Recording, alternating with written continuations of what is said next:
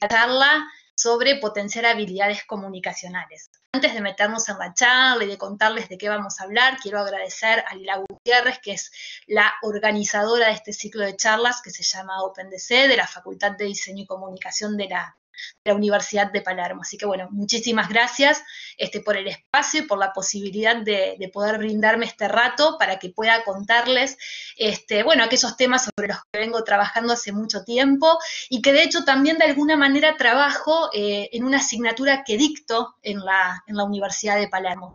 Les cuento que empecé, digamos, ya desde el primer cuatrimestre a dictar una materia que se llama Seminario de Integración 1, también en la Facultad de Diseño y Comunicación. Es una materia, una asignatura común a todas las carreras de la facultad, ¿sí? Se cursa en el cuarto año y es una asignatura en la cual quienes participan de ese espacio empiezan a desarrollar su proyecto de graduación. En la facultad, para poder obtener el título de licenciatura, ¿sí? Más allá de cursar las respectivas materias que correspondan al plan de estudio y demás, también hay que realizar un trabajo final, sí, que se puede llamar o se puede conocer con el nombre de tesina, pero aquí se le llama proyecto de graduación, y en el marco de esta materia que dicto trabajamos específicamente lo que vendría a ser comunicación académica, que también es una habilidad comunicacional. En este caso es bien focalizada y bien dirigida, como les decía, a la redacción de un trabajo de tipo académico. Cuando uno transita la vida universitaria necesita adquirir ciertas habilidades vinculadas a la escritura y a la lectura de acuerdo con las exigencias que nos impone, digamos, al nivel superior de educación. Se nos exige que manejemos esas habilidades, pero no necesariamente siempre se nos enseña, ¿sí?, a cómo tenemos que leer y a cómo tenemos que escribir en la universidad. En esta charla que vamos a tener ahora no vamos a hablar de comunicación específicamente académica, vamos a hablar de la comunicación en general. Y esto es así, ¿sí?, o me parece a mí que esto es así, y me encantaría poder tener de parte de ustedes intercambios y evoluciones. No tienen micrófono, no tienen cámara, pero sí tienen habilitado el chat, por lo tanto, cualquier acotación, cualquier pregunta, si no soy clara en algo, me encantaría que me vayan escribiendo, porque yo estoy pudiendo, digamos, visualizar el chat mientras voy a ir contándoles y charlando con ustedes acerca de las habilidades comunicacionales, y me encantaría que esto no sea un monólogo, sino que justamente haya diálogo y que haya intercambio, porque de eso se trata. Les decía entonces que quería hablar de la comunicación y de las habilidades comunicacionales en general y de cómo potenciarlas, ¿sí? Porque podríamos decir que la comunicación está presente de manera permanente en las distintas actividades y en las distintas prácticas que desarrollamos de manera cotidiana en los distintos ámbitos en los cuales nos desempeñamos. Para nuestra vida privada, personal, necesitamos comunicarnos con los demás. Para nuestra vida social necesitamos comunicarnos con los demás. Para poder desempeñarnos en nuestros ámbitos laborales y profesionales, necesitamos comunicarnos con los demás. Y podríamos decir que gran parte de lo que hacemos en nuestras vidas de manera cotidiana está involucrado o, digamos, presume a la comunicación. Y ahora vamos a tratar de ver por qué esto es así y vamos a ver si realmente ustedes se acuerdan conmigo con que esto es así. Es más, hay quienes dicen que vivir es en gran medida una cuestión de comunicación y tienen buenos argumentos para poder, digamos, sostener semejante idea. Y esta idea acerca de que vivir es en gran parte una cuestión de comunicación se vincula, entre muchísimas otras cosas, con que la comunicación es la base de la relación social, es la base de la interacción social. Para poder relacionarnos y vincularnos con los demás, necesitamos lograr un mínimo de entendimiento. Ese mínimo de entendimiento lo logramos a partir de poder comunicarnos. Por ende, la comunicación es interacción y es la base de la relación social, ¿sí? Y no solo de una relación social, como les decía, en un ámbito específico como puede ser el académico, el laboral, el profesional, no, está presente en todos los ámbitos a los cuales nosotros nos desempeñamos. El tema es justamente desentrañar qué tipo de habilidades son las que necesitamos considerar y contemplar de acuerdo al ámbito en el cual nos desarrollemos y, digamos, efectuemos nuestras actividades y nuestras prácticas. Y por el otro lado, algo que me parece sumamente interesante, ¿sí?, es que cuando pensemos a la comunicación, solo pensemos en el emisor o emisora, esto es, en la persona, ¿sí?, que elabora o produce un discurso. Si vamos a hablar de comunicación, tenemos que hablar, por supuesto, de quien produce un discurso, pero también tenemos que hablar de quienes reciben ese discurso, esto es, de los destinatarios, de los receptores de ese discurso. Y esta relación que tenemos que pensar entre personas, las que hablan y las que reciben un mensaje, tenemos que poder contextualizarlas, esto es, pensarlas en las distintas situaciones en las cuales estos intercambios comunicativos se producen. ¿De acuerdo? Así que hoy vamos a hablar acerca de la comunicación, vamos a hablar de las habilidades comunicacionales y específicamente vamos a tener que, o me parece importante a mí puntualizar sobre dos habilidades comunicacionales que suelen ser las que menos se trabajan. ¿Y cuáles son? La oralidad y la escucha. Fíjense que la lectura y la escritura son habilidades comunicacionales que se aprenden, digamos, en ámbitos institucionalizados. Nos enseñan a leer y a escribir en la escuela, pueden decirme. Hay muchas personas que ya entran en primer grado, muchos niños, digamos, que ya entran en primer grado sabiendo leer y escribir. Es totalmente cierto esto, pero también es cierto que si algún niño entra sin saber leer y escribir a primer grado, eso no debe representar a priori un gran problema porque esa función la tiene la escuela, ¿sí? Entonces, leer y escribir suelen ser las habilidades que nosotros más solemos trabajar dentro de lo que podríamos, digamos, mencionar como trayectoria educativa. Ahora, lo cierto es que la oralidad y la escucha, que son habilidades comunicacionales también sumamente importantes, suelen ser las que menos se trabajan. Y hoy, sí, ya pensando, digamos, en espacios laborales, profesionales y demás, nos encontramos en un contexto muy particular, ¿no es cierto? En un contexto donde realmente la pandemia nos ha sacado de eje, nadie, digamos, pudo prever que esto podía llegar a suceder, sin embargo sucedió. Nos obligó a todos, ¿sí? De acuerdo a las ocupaciones, a los trabajos y a las actividades que desarrollamos, a reacomodarnos, ¿sí? A este nuevo contexto que se nos presentó. Esto implicó, entre muchas otras cosas, tener que adoptar ciertas estrategias que nos permitan, digamos, poder sobrevivir, por llamarlo de alguna manera, a este contexto que se nos presentó. Muchos emprendimientos, muchos negocios, muchas actividades han tenido que repensar de qué manera, digamos, tuvieron que reorientarse para sobrevivir, otras lamentablemente no han podido, ¿sí? Pero los que sí, digamos, vienen, como por decirlo en términos muy vulgares, remando para poder sobrevivir, han tenido que pensar en grandes estrategias, entre otras comunicacionales, ¿sí? Para poder, digamos, hacer frente a la situación en la cual hoy nos encontramos. Y lo cierto es que, si bien, por supuesto, pensar en estrategias de comunicación, vamos a llamarlas más sofisticadas, en el estilo de pensar estrategias comunicacionales a través de redes sociales, etcétera, etcétera, y por supuesto, como les digo, esto es importante, sobre la base o la base, podríamos decir, de cualquier tipo de acción, de actividad que llevemos a cabo en ese sentido, se supone estas habilidades comunicacionales sobre las que vamos a hablar hoy, ¿sí? Digo, de repente hoy cuando escuchamos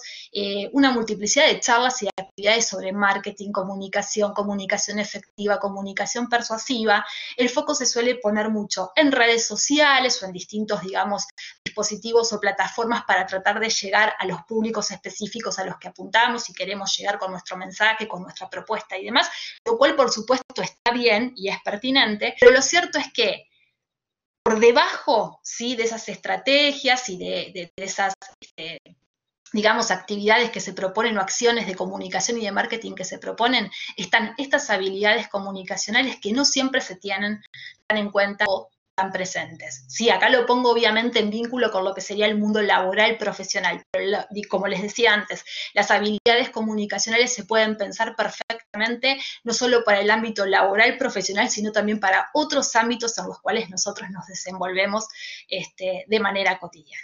Así que bueno, hecha esta rápida presentación, ¿sí?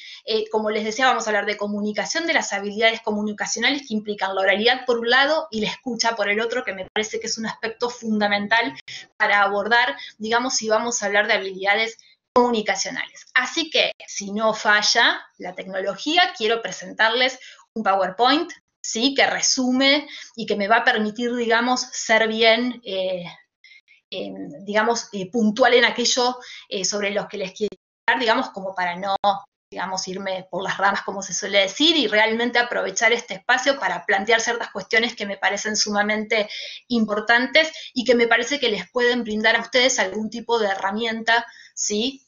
Para ver qué pueden hacer con ellas. Y lo que me encantaría también es que en la medida en la que yo empiece a avanzar con mi exposición, todas las sugerencias, acotaciones, dudas, si no soy clara en algo, me las vayan dejando, que con todo gusto las voy a ir respondiendo, porque como les digo, si bien ahora estamos viendo un PowerPoint, yo también estoy pudiendo ver el chat, así que voy a poder, digamos, sostener como una suerte de diálogo mediado por una pantalla, a través, digamos, de un chat, pero lo vamos a poder construir y lograr, por supuesto, siempre y cuando del otro lado haya algún tipo de devolución o feedback. Así que bueno, hecha esta aclaración, como les decía, hoy vamos a hablar de potenciar habilidades comunicacionales. Me parece sumamente importante empezar por definir qué es potenciar, qué son las habilidades y qué es lo comunicacional. Nosotros utilizamos las palabras y muchas veces no nos detenemos a pensar qué es lo que estas palabras significan, ¿sí? Y a veces es necesario pensar qué es lo que significan las palabras, porque con las palabras no solo mencionamos el mundo que nos rodea, también hacemos cosas, ¿sí? Cuando nosotros utilizamos determinadas palabras, adoptamos un rol, un lugar, ¿sí? En relación con los demás, calificamos al mundo que nos rodea y a las personas que nos rodean a través de las palabras que utilizamos, y estas palabras generan efectos en los demás, ¿sí? Entonces, cuando hablamos, acuérdense, no solo mencionamos, no solo llevamos adelante el acto de mencionar, también hacemos cosas. Por eso es sumamente importante entender qué palabras estamos usando, ¿sí? Y por qué las estamos usando y a dónde queremos llegar y qué efectos queremos causar. Entonces, si vamos a hablar de potenciar habilidades comunicacionales, vamos a empezar por definir qué es potenciar. Potenciar implica una capacidad generativa. Por decirlo de alguna manera, potenciar implica darle impulso, ¿sí? Darle un empuje, algo que ya tenemos a disposición y dando vueltas, ¿sí? Pero que necesitamos darle como esta capacidad generativa de generar, impulsarlo. Ahora bien, ¿qué son las habilidades? En términos generales, una habilidad implica tener una capacidad o una disposición o una competencia para poder realizar algo, ¿sí? En este caso puntual, nosotros vamos a hablar de habilidades comunicacionales, ¿sí? ¿Y lo comunicacional qué es? Es aquello que es relativo o perteneciente a la comunicación. Y ahí vamos, a hablar y a empezar a hablar y a definir, por decirlo de alguna manera, de qué hablamos cuando hablamos de comunicación. Así que lo que vamos a hacer en esta charla es tratar de impulsar, ¿sí? De reflexionar y de reconocer, en primer lugar, cuáles son las habilidades que nosotros tenemos, ¿sí? Y vamos a tratar de impulsarlas, vamos a tratar de potenciarlas y ver qué podemos hacer con ellas. Bien. Una primera cuestión que es básica, ¿sí? Es empezar por definir qué es el término comunicación. En términos generales, cuando nosotros planteamos el concepto de comunicación, hoy no lo podemos hacer, digamos, porque no estamos reunidos en un espacio físico, aunque si alguien se anima a ir dejando consultas por el chat o apreciaciones, bienvenido sea. Pero digo, si yo les preguntara hoy, ¿sí? Si estuviéramos, como les decía, en un espacio físico y de manera presencial, ¿qué es la comunicación? ¿Sí? Seguramente una gran mayoría de las personas presentes me respondería que la comunicación implica a alguien, ¿sí? Que produce un mensaje para poder transmitírselo por lo menos a otra persona. Digo por lo menos porque también uno puede transmitir un mensaje a varias personas a la vez, como lo estoy haciendo yo en este momento. Bien, uno podría decir, esa primera definición de comunicación, ¿sí? Como digamos, un proceso, vamos a llamarlo, en el cual un emisor produce un mensaje dirigido a un receptor, ¿sí? Podría llegar a ser una primera definición que uno podría decir, sí, es correcta. Está bien, me parece que da cuenta de lo que es el proceso de comunicación. Yo les puedo decir que sí, que en un primer momento, esa primera apreciación, esa primera definición acerca de qué es la comunicación, al principio puede ser correcta, puede ser acertada. Pero, sí, es una primera definición que tiene ciertas limitaciones. Y ahí es a donde quiero llegar. Si nosotros tuviéramos que definir a la comunicación, ¿sí? Desde el punto de vista, digamos, etimológico y de la palabra de la cual deriva, la comunicación significa poner algo en común, compartir algo con los demás. Hoy por hoy, y en los tiempos que vivimos, más allá de poder definir a la comunicación en términos lineales, como les refería recién, un emisor que transmite un mensaje a un receptor, sí, también solemos asociar de manera casi automática e inmediata a la idea de comunicación con dispositivo técnico. Digo, si hablamos de comunicación, pensamos en el celular, pensamos en la computadora, ¿sí? En la tablet o en lo que utilicemos. Pero también digamos, cuando hablamos de comunicación, pensamos en redes sociales, ¿no es cierto? Asociamos, digamos, a la comunicación con las redes sociales y con ciertos dispositivos que nos permiten el acceso a estas redes sociales. Bien, lo cierto es que la comunicación, ¿sí? Más allá de estar vinculada con las redes sociales, más allá de estar vinculada con los dispositivos técnicos que les mencionaba recién, es ante todo un proceso antropológico. ¿Qué quiere decir esto? Es propio del ser humano. Si a lo largo de la historia las personas buscaron distintas maneras de comunicarse, distintas maneras de poner en común o de compartir algo con los demás para poder lograr un mínimo de entendimiento. Entonces, para empezar a definir a la comunicación, primero que tenemos que identificar es que se trata de un fenómeno o de un proceso, mejor dicho, antropológico, que es propio, ¿sí?, de las personas, que es propio del ser humano. Y esto es así desde que existe la humanidad. Siempre se buscaron distintas maneras, ¿sí?, por tratar de compartir con los demás, por tratar de comunicarnos con los demás y por tratar de lograr un mínimo de entendimiento con los demás. Las maneras en las que nos empezamos a comunicar y las formas se fueron volviendo cada vez más sofisticadas. Pero lo cierto es que desde el origen mismo de la humanidad, la noción de comunicación y la necesidad de comunicarse sí están presentes. Entonces, como les decía, me parece sumamente importante rescatar, digamos, esta idea de comunicación como proceso, digamos, antropológico vinculado, ¿sí?, a las personas, a la humanidad. Ahora bien, retomando esta primera definición que les mencionaba recién acerca de que la comunicación puede definirse, ¿sí?, como un emisor que produce un mensaje dirigido a su receptor, ¿sí?, esta idea de comunicación como línea, ¿sí?, donde un mensaje, ¿sí?, se produce para ser, digamos, dirigido a otra persona, encarna o tiene sus antecedentes, ¿sí?, en un campo que no es justamente el de la comunicación. Y acá vamos. Cuando nos pensamos el concepto de comunicación, hay dos grandes maneras de entenderla, a la comunicación. Por un lado, ¿sí?, la manera más clásica es esta que les mencionaba recién. Entender a la comunicación como un proceso de información, ¿sí?, como un proceso lineal donde un emisor emite un mensaje dirigido a un receptor. Luego hay otra gran manera de entender a la comunicación que implica complejizar la noción de comunicación y definir a la comunicación como un proceso de significación. Esta primera manera de comunicación como información, ¿sí?, surge en el campo de las telecomunicaciones. Hacia 1948, un conjunto de ingenieros que se encontraba realizando estudios e investigaciones en el campo de las telecomunicaciones desarrollan un modelo matemático de la comunicación. ¿Qué es esto del modelo matemático de la comunicación? Estos ingenieros tenían la gran preocupación de lograr que entre un polo emisor y un polo receptor, ambas máquinas, no personas, ¿sí?, se pudiera dar un intercambio de información, ¿sí?, en el cual esa información circulara de la manera más rápida posible, con la menor distorsión posible.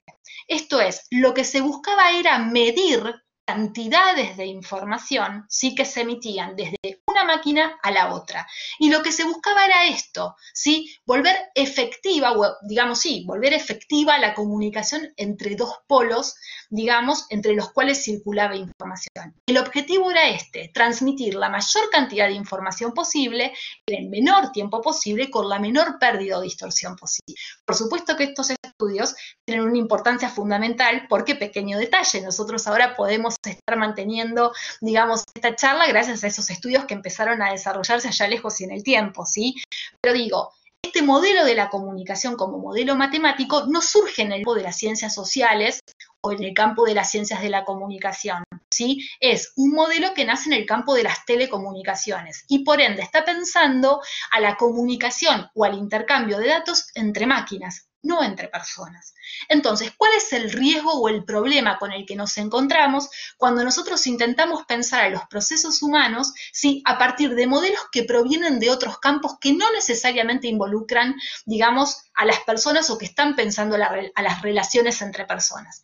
El riesgo que corremos es que estos modelos pueden ser útiles para explicar determinados aspectos de la comunicación, pero no para explicar en su totalidad la complejidad que implica el proceso de comunicación entre las personas, ¿sí? Carolina me dice que no me escucha. ¿El resto me puede escuchar bien? A ver, esperamos a ver si... Sí, genial. Carolina, lo que podés hacer, así no me escucha, no me escucha, claro, a ver, vamos a escribirle acá, a Carolina lo que puede hacer es salir y volver a entrar, ¿sí? Ahí está. A veces pasa, sí que se nos pasa, digamos, con este sistema y con todos, que a veces es como que se nos cuelga, ¿sí? Dejamos de escuchar a la persona y por ahí si salimos y volvemos a entrar, logramos enganchar.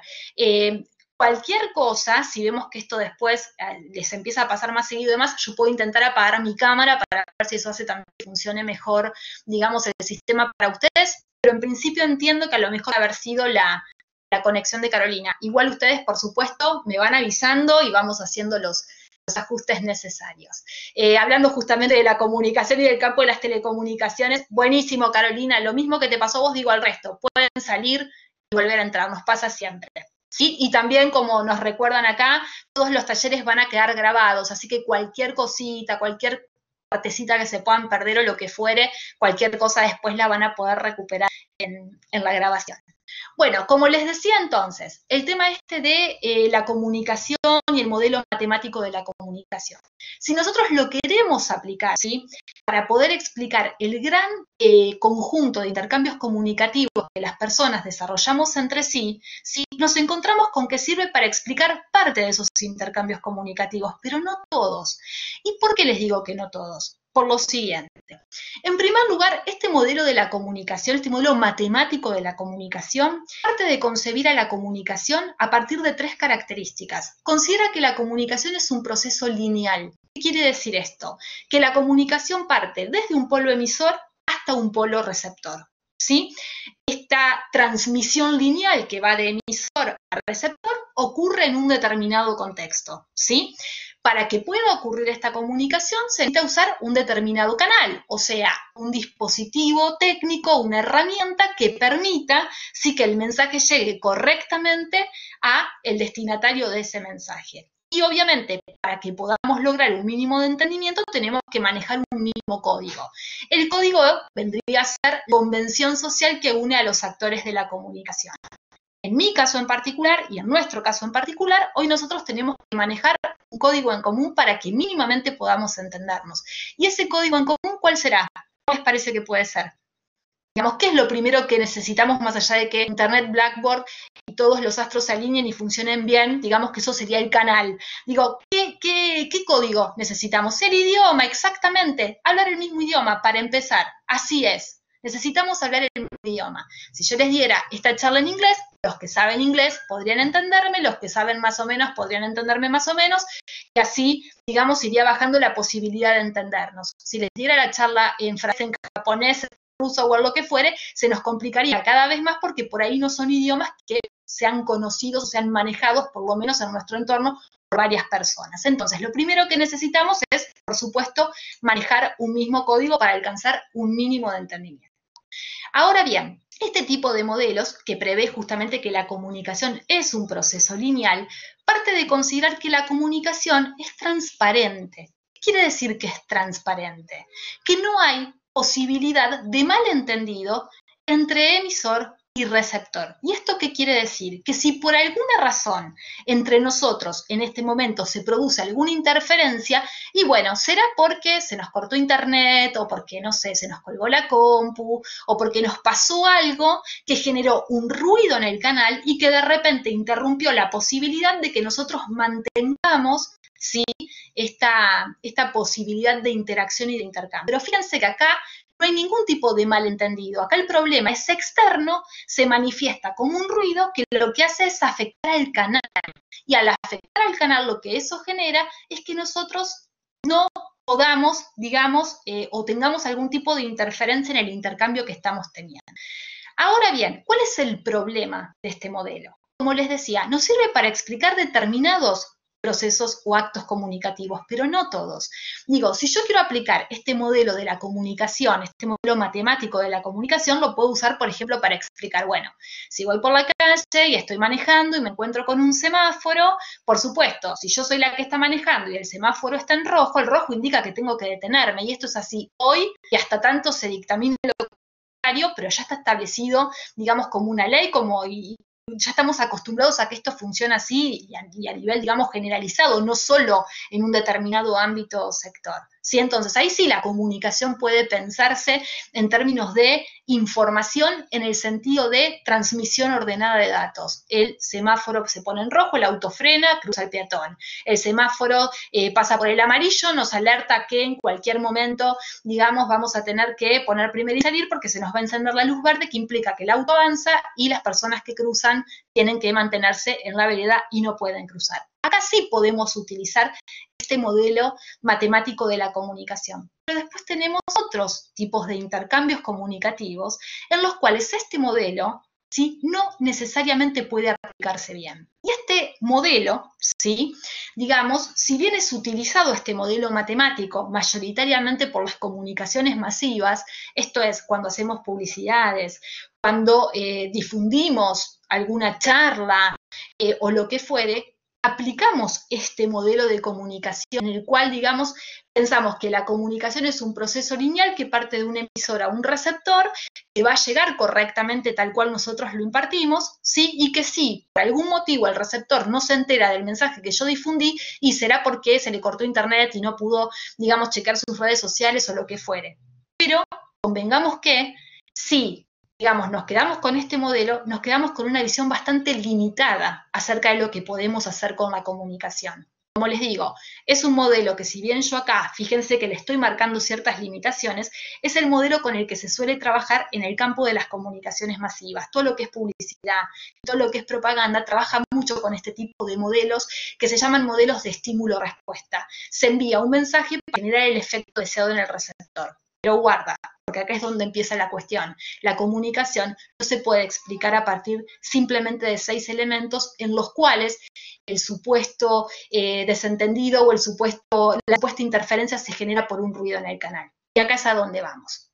La segunda manera de entender a la comunicación, sí, es la comunicación como significación.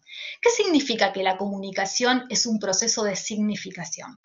Este modelo que yo les mencionaba antes, el modelo matemático de la información, partía de considerar, como les decía, en su origen, el intercambio de cantidades de información entre máquinas, pero no entre personas. ¿Sí? Si bien después las ciencias sociales y específicamente el campo de las ciencias de la comunicación retoma este modelo matemático, ese modelo matemático no tiene origen en el campo de la comunicación. Ahora bien, ¿qué pasa con otras perspectivas y con otras teorías que se desarrollaron, sí, en el campo de las ciencias sociales y en el campo de la comunicación? En primer lugar, cuando nosotros hablamos, ¿sí?, nos estamos poniendo en contacto con otras personas que también hablan, que tienen la posibilidad, ¿sí?, de poder respondernos, de poder repreguntarnos, de poder avisarme, como me decían recién, no te estoy escuchando, soy yo sola o son los demás también, ¿sí? Como también en algún momento alguien puede decirme, mira, no estoy muy de acuerdo o no entendí lo que quisiste decir. Bueno, las personas hablamos también a otras que hablan. Y eso ya implica que cuando pensamos en la comunicación, el eje, ¿sí?, y la atención no solo la debemos poner en la persona que produce el discurso, sino que también lo tenemos que poner en la persona que recibe ese discurso, ¿sí? Asimismo, ¿sí?, más allá de encontrarnos ya con por lo menos 2 personas para poder hablar de comunicación, porque para que haya comunicación el intercambio tiene que ser por lo menos entre 2 personas, nos encontramos con que las personas, cada vez que nos comunicamos, utilizamos, ¿sí?, varios sistemas de signos a la vez. Cuando nos comunicamos, el primer sistema de signos que utilizamos o el que rápidamente nos surge mencionar es la lengua, ¿sí? Nosotros utilizamos la lengua, el idioma, como decían por ahí, para poder comunicarnos. Y la lengua, ¿sí?, es un sistema, es un código que tiene la capacidad de poder hablar de sí misma. Y aún más, la lengua, ¿sí?, es un código que también nos permite inventar mundos de fantasía, mundos que no existen. Si yo les dijera en este momento que ustedes me puedan describir las características de un dragón, ¿sí?, seguramente me describirían las características de un dragón. Si yo les preguntara que me describan qué es un hada o que me expliquen qué es un hada, rápidamente empezarían a describirme y a caracterizarme qué es esto del hada. Sin embargo, ¿el hada y el dragón existen? Les hago la pregunta. ¿Existen? ¿Los vieron alguna vez? ¿Sí? Pregunto. Digo, Tauro, ¿los vieron alguna vez? No, no existen, ¿no es cierto? Sin embargo, podemos hablar de ellos como si existieran y podemos describirlos, ¿sí? Podemos describirlos. A ver, Cuando yo pregunto por el dragón, siempre hay alguien que me dice, no, pero hay un dragón que existe. Sí, pero yo hablo del dragón que saca fuego por la boca. ¿Lo vieron a ese alguna vez? Yo no lo vi nunca. Entonces digo, empezamos a describir esos dragones, digamos, de las mitologías, donde yo me lo imagino, como me imagino, no, los he visto, esos bichos, los he visto en películas, en ficciones, digamos. Son grandotes, verdosos, lanzan fuego por la boca, tienen como aletas inmensas. Los podemos describir, sin embargo, ¿dónde están? Existen. Bueno, la lengua como código tiene esa potencia, tiene la potencia de crear mundos de fantasía, mundos que no existen, y a los cuales nosotros podemos acceder y hablar de ellos como si realmente existieran. Y además la lengua es tan potente que hasta tiene la capacidad de poder hablar de sí misma. ¿Vieron cuando nos enseñan en la escuela sintaxis que nos dicen, bueno, este es el sujeto, este es el predicado, esta palabra la escribiste mal, casa de edificio construido para habitar se escribe con S, no con Z, ¿sí? O si, por ejemplo, yo les digo, no, porque tengo un enriedo en el pelo, siempre va a haber alguien que me diga, no, mira, no se dice enriedo, se dice enredo. Bueno, el lenguaje tiene esa capacidad, la lengua tiene esa capacidad de poder explicarse a sí mismo lo que significan las palabras. Esto es, tiene la capacidad de permitirnos construir discursos, enunciados para comunicarnos con los demás, tanto para referirnos a cosas y a objetos, vamos a llamarlo así, del mundo real, y también para crear mundos imaginados, pero asimismo la lengua es tan potente que tiene la capacidad de poder explicarse a sí misma. Si uno pregunta a otra persona, ¿qué significa X palabra? ¿Qué significa democracia? ¿Qué significa telecomunicaciones? ¿Qué significa COVID-19? Digo, cuando hacemos ese tipo de preguntas, lo que estamos haciendo es utilizar el lenguaje para explicar lo que significan las palabras. ¿De acuerdo? Por lo tanto, digamos, a partir de un código finito como es el de la lengua, nosotros podemos, sí, construir mensajes infinitos. ¿De acuerdo? Por ende, ya acá se darán cuenta que la comunicación va un poquito más allá de lo que nos planteaba el esquema matemático de la comunicación. ¿De acuerdo? Y algo que también me parece sumamente importante es que en el caso de la comunicación entre personas, no solo usamos la lengua, usamos varios sistemas de signos a la vez. Cuando nos comunicamos no solo usamos la palabra, utilizamos los gestos, utilizamos los tonos de voz, utilizamos las posturas, nos apropiamos del espacio. Hoy estamos a través de una pantalla, pero si estuviéramos en un espacio físico reunido se puede ver con mayor claridad acerca de cómo cada uno de los dentro de ese espacio nos apropiamos de ese espacio y todo eso comunica. Si uno entra a un aula y ve a una persona parada y al resto de las personas sentadas, eso significa que el que está parado es el que es portador o portadora de algún tipo de saber, vaya a saber de qué, ¿sí? Pero se supone que es una persona que sabe de algo. Y quienes están sentados ocupan el rol de agentes pasivos que van a informarse, que van a capacitarse sobre un tema acerca del cual no conocen mucho. Fíjense cómo la disposición espacial y cómo la ocupación de esos espacios ya también está comunicando. Con lo cual llegamos acá a una primera, digamos, premisa, y es acerca de que es, en primer lugar, imposible no comunicar. Estamos comunicando todo el tiempo, con palabras, con gestos, con tonos de voz, con cómo nos apropiamos de un espacio y también comunicamos con silencio. Digo, les debe pasar muchas veces a ustedes que por ahí tienen que hacer un reclamo o tienen que hacerle alguna petición a alguien y esperando una respuesta y esa respuesta no llega.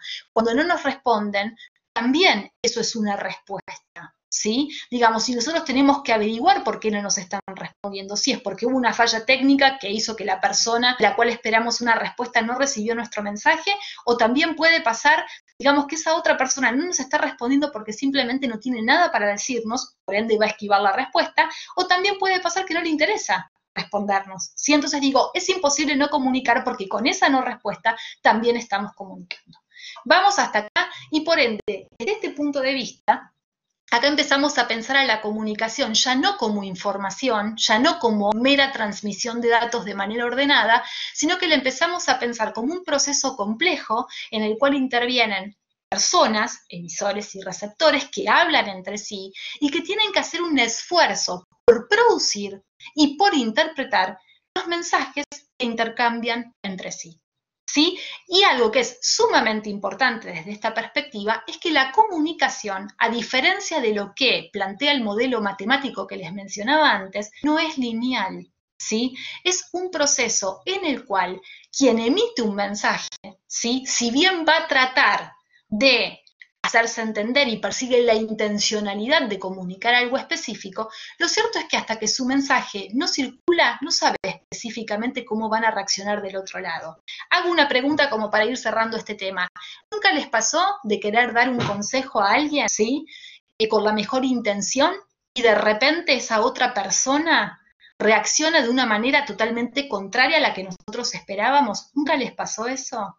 ¿O nunca les pasó que de repente interpretaron completamente al revés, ¿sí? Lo que ustedes quisieron decir? Acá Florencia acota, y tiene que ver con el contexto. Seguramente que el contexto influye, seguramente que puede influir. Y sí que pasa, ¿no es cierto? Pasa, y esto es así, porque la comunicación es un proceso complejo y es un proceso que no es lineal. Un discurso puede generar un campo, vamos a llamarlo así, de efectos posibles. Esto no lo invento yo, digamos, hay un conjunto de autores que lo sostienen, ¿de acuerdo? No los quiero llenar ni de nombres ni de autores, pero hay un montón de autores que sostienen esta idea acerca de que la comunicación no es lineal. Miriam dice, a mí me ha pasado y se agarra la cabeza. Exactamente, y esto es así, porque en el campo de la comunicación nosotros no podemos controlar al 100% los efectos que pueden llegar a generar nuestros discursos. Digo, solo para hacer una mínima mención, porque si no la charla tendría que haber sido sobre eso, que a otra oportunidad puede darse perfectamente. Pero digo, en el campo de la publicidad esto se ve con muchísima claridad. ¿Cuántas veces pasa que una empresa contrata a otra empresa para hacer una campaña publicitaria, digamos, súper pomposa, y de repente se da cuenta que esa campaña publicitaria está bien hecha, generó un buen efecto, por decirlo de alguna manera, públicos, pero sin embargo se dan cuenta que la venta de ese producto que se está publicitando no aumenta? Porque digo, no nos engañemos, las empresas, siempre que hacen, las empresas y las organizaciones en general, cuando promocionan, difunden o publicitan sus productos y sus servicios, lo hacen con el objetivo, en el caso de las empresas, de vender más, ¿sí? Las publicidades pueden ser muy lindas, pero si yo, empresaria, contrato a una consultora o misma como empresa, lanzo una publicidad con el costo que tiene hacer una publicidad, pero de repente me doy cuenta que esa publicidad no mueve demasiado la aguja porque mi producto no se está vendiendo mucho más, evidentemente ahí hubo algo que falló. ¿Y por qué falló? Bueno, y ahí es lo que uno tiene que poner, digamos, ahí es en lo que uno tiene que poner la atención, y ahí se demuestra una vez más que la comunicación no es lineal. Pueden haber intervenido una multiplicidad de factores que hacen, ¿sí? Por ejemplo, que esa publicidad no funcione. Solo un ejemplo para que se entienda la idea y ya continuamos y avanzo. Supongamos que a mí hoy, ¿sí? Me ven por la calle caminando con mis hijos y de repente me reparten un folletito donde me muestran las mesitas, las sillitas y la pileta para el patio, ¿no? Ya que se viene el calorcito y el verano. Bueno, me encantaría, divino. Pero, digamos, podríamos decir, la persona que me da el folleto está apuntando al público al cual quiere llegar. Podríamos decir que en principio sí. Ahora bien, ¿cuál es el problema con el que se encontrarían conmigo? Aun cuando yo formo parte de ese posible público target comprador de ese tipo de productos, vivo en un departamento, así que la sillita, la mesita y la piletita, imagínense que la dejaré en el pasillo del edificio donde vivo, porque sería imposible poder comprar eso para tenerlo en mi casa. Entonces, fíjense ahí, empiezan a intervenir otras variables que de antemano, quien hace una publicidad, en este caso un emisor, no necesariamente puede prever. ¿Y esto por qué es así? Es así por una multiplicidad de motivos, entre muchas otras cosas porque la comunicación no es lineal, ¿sí? Y porque entre muchas otras cosas, entre el emisor y el receptor intervienen una multiplicidad de variables afectivas, ideológicas, culturales, objetivas. El ejemplo que yo les di acerca de si a mí me daban un folletito es una situación objetiva. Yo no puedo poner una pileta porque no tengo patio. ¿De acuerdo? Entonces ahí hay una cuestión objetiva, ya no es que hay una cuestión de cultural, ideológico, o de me gusta o no me gusta, no puedo, por más que me guste lo que me están publicitando, no lo puedo comprar. Entonces ahí nos encontramos con que la comunicación es mucho más compleja de lo que el esquema matemático de la comunicación nos pretende hacer creer, ¿sí? Entonces, como para, digamos, cerrar este primer bloque acerca de qué es la comunicación. Cuando hablamos de la comunicación, hay dos grandes maneras de entenderla, como información o como significación. No es que una esté mal y la otra esté bien, las dos son válidas. El tema es darnos cuenta de que si nos quedamos solamente con la definición de comunicación como información, esto es, como mera transmisión de datos de manera ordenada, nos vamos a quedar con una mirada bastante limitada, bastante, digamos, parcial acerca de lo que son los intercambios comunicativos. Y que sin dudas hace falta a esa perspectiva, digamos, de entender a la comunicación como información, enriquecerla, ¿sí? Con estas otras cuestiones. Pensar en primer lugar que quienes nos comunicamos somos personas, personas con capacidad de respuesta, personas con capacidad de simbolizar. Simbolizar quiere decir que tenemos la capacidad, a diferencia de los animales, por ejemplo, de poder otorgarle a una misma cosa distintos sentidos y distintos significados.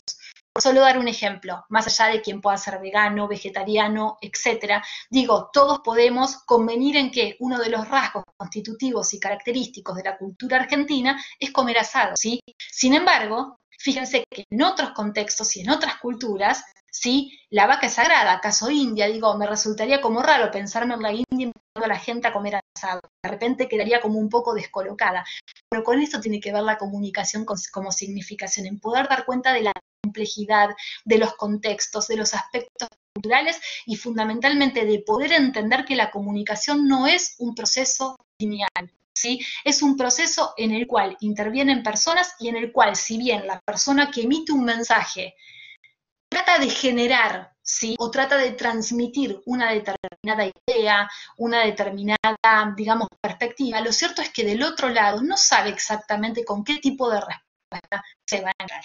¿Sí? ¿Hasta acá vamos? Bien. Ahora sí, vamos a pasar todo bien. Perfecto. Ahora sí, vamos a pasar al tema de las habilidades comunicacionales. ¿Se acuerdan que esta charla se llama Potenciar habilidades comunicacionales? Empecé por lo comunicacional, por definir el tema de a qué es relativo o perteneciente a la comunicación. Bueno, ya sabemos que la comunicación, muy sencillita que digamos, no es. Fundamentalmente porque entre muchas otras cuestiones sabemos que puede ocurrir el malentendido y porque entre otras cuestiones sabemos que todo lo que decimos o hacemos no necesariamente es interpretado en el sentido que nosotros hubiéramos querido.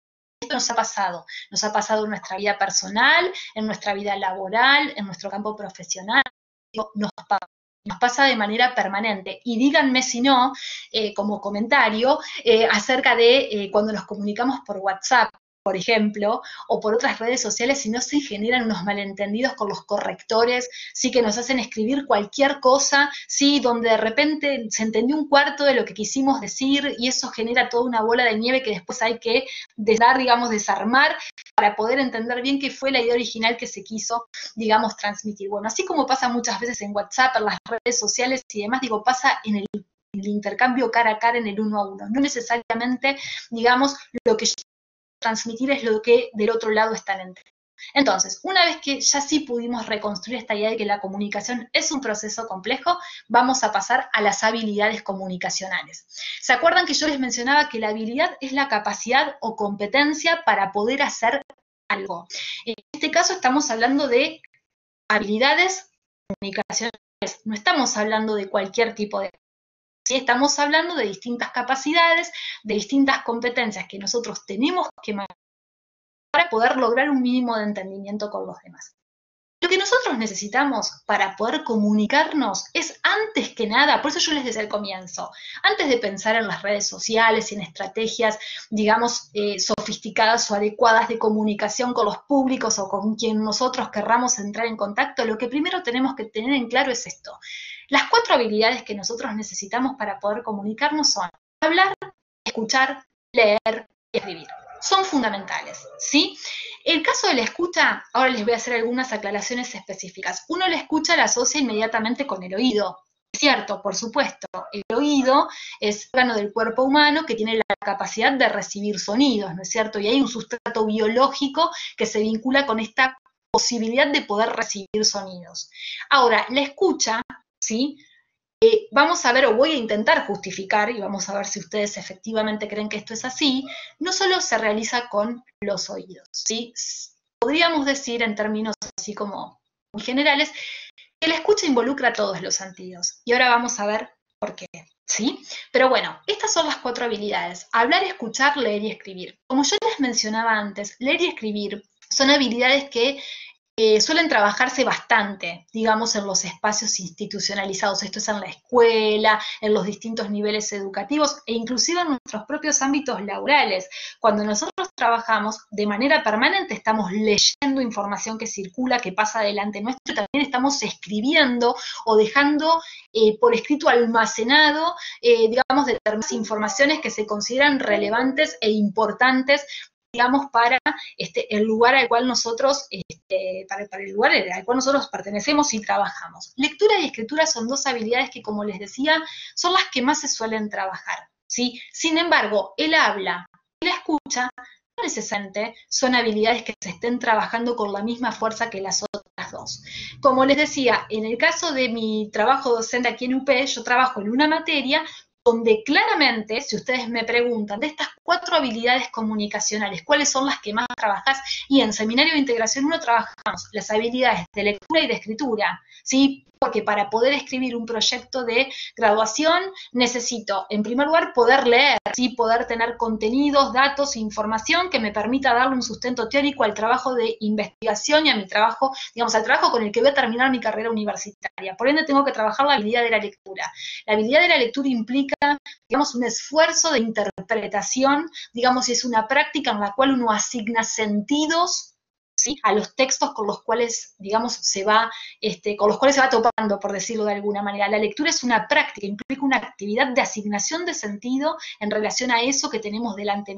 Y fíjense que es una práctica, la lectura, que no solamente se puede aplicar el verbo leer, no solamente se puede aplicar a leer un texto. Yo puedo leer, por decirlo de alguna manera, una situación, y a veces el decir leo esta situación o leo esta publicidad es casi sinónimo de interpretación, interpreto, analizo. Bueno, la lectura tiene que ver con esto, con una práctica de asignación de sentido y con una práctica de análisis e interpretación de aquello que tenemos delante nuestro. Y, por supuesto, la escritura es una tecnología, dice un autor que se llama Raymond Williams, porque justamente todo medio de producción cultural que implique el tener que utilizar herramientas ajenas al cuerpo humano son tecnologías y requieren de un adiestramiento, de una capacitación específica. De hecho, fíjense, a leer y escribir nos enseñan. Ahora, no nos enseñan a usar el celular, nos enseñan a navegar en las redes sociales. Eso lo hacemos, lo vamos haciendo por fuera de cualquier espacio institucionalizado. Digo, si bien pueden haber cursos sobre redes sociales, sobre Excel, sobre Word, etcétera, digo, lo cierto es que uno aprende en la práctica, por llamarlo de alguna manera, sí, a cómo manejar una red social o cómo manejarse con el celular, etcétera, etcétera. Pero la lectura y la escritura convengamos que son prácticas que se aprenden en espacios institucionalizados. Ahora bien, ¿qué pasa con el habla y con la escucha? Como les decía, son habilidades no tan trabajadas. No quiero decir que no se trabajen, ¿sí? Uno tiene recuerdos de la escuela primaria, por ejemplo, diciendo, o sea, recordando a sus maestras diciendo, abran bien las orejas, hacemos silencio, escuchamos a los demás, habla un poquito más fuerte, hacerte entender. Sí, tenemos memoria de ese tipo de situaciones, ¿no es cierto? Pero lo cierto es que el habla, y mucho menos la escucha, son dos habilidades que, como les decía, siempre quedan rezagadas. Entonces, ¿qué es lo que vamos a hacer ahora? En un primer momento yo me voy a referir al tema del habla, ¿sí? Y lo voy a vincular pura y exclusivamente con el tema de la retórica y de la oratoria. Y vamos a ver por qué, digamos, es importante el tema de la retórica y de la oratoria. Y finalmente, a lo que me voy a referir es al tema de la escucha activa, que directamente, como les decía recién, es una habilidad no tan trabajada, ¿sí? O de las que menos se trabajan. Y les diría, me atrevo a decirles, no sé si a ustedes les pasa o si alguien piensa contrario a mí, es mucho más fácil hablar que poder escuchar.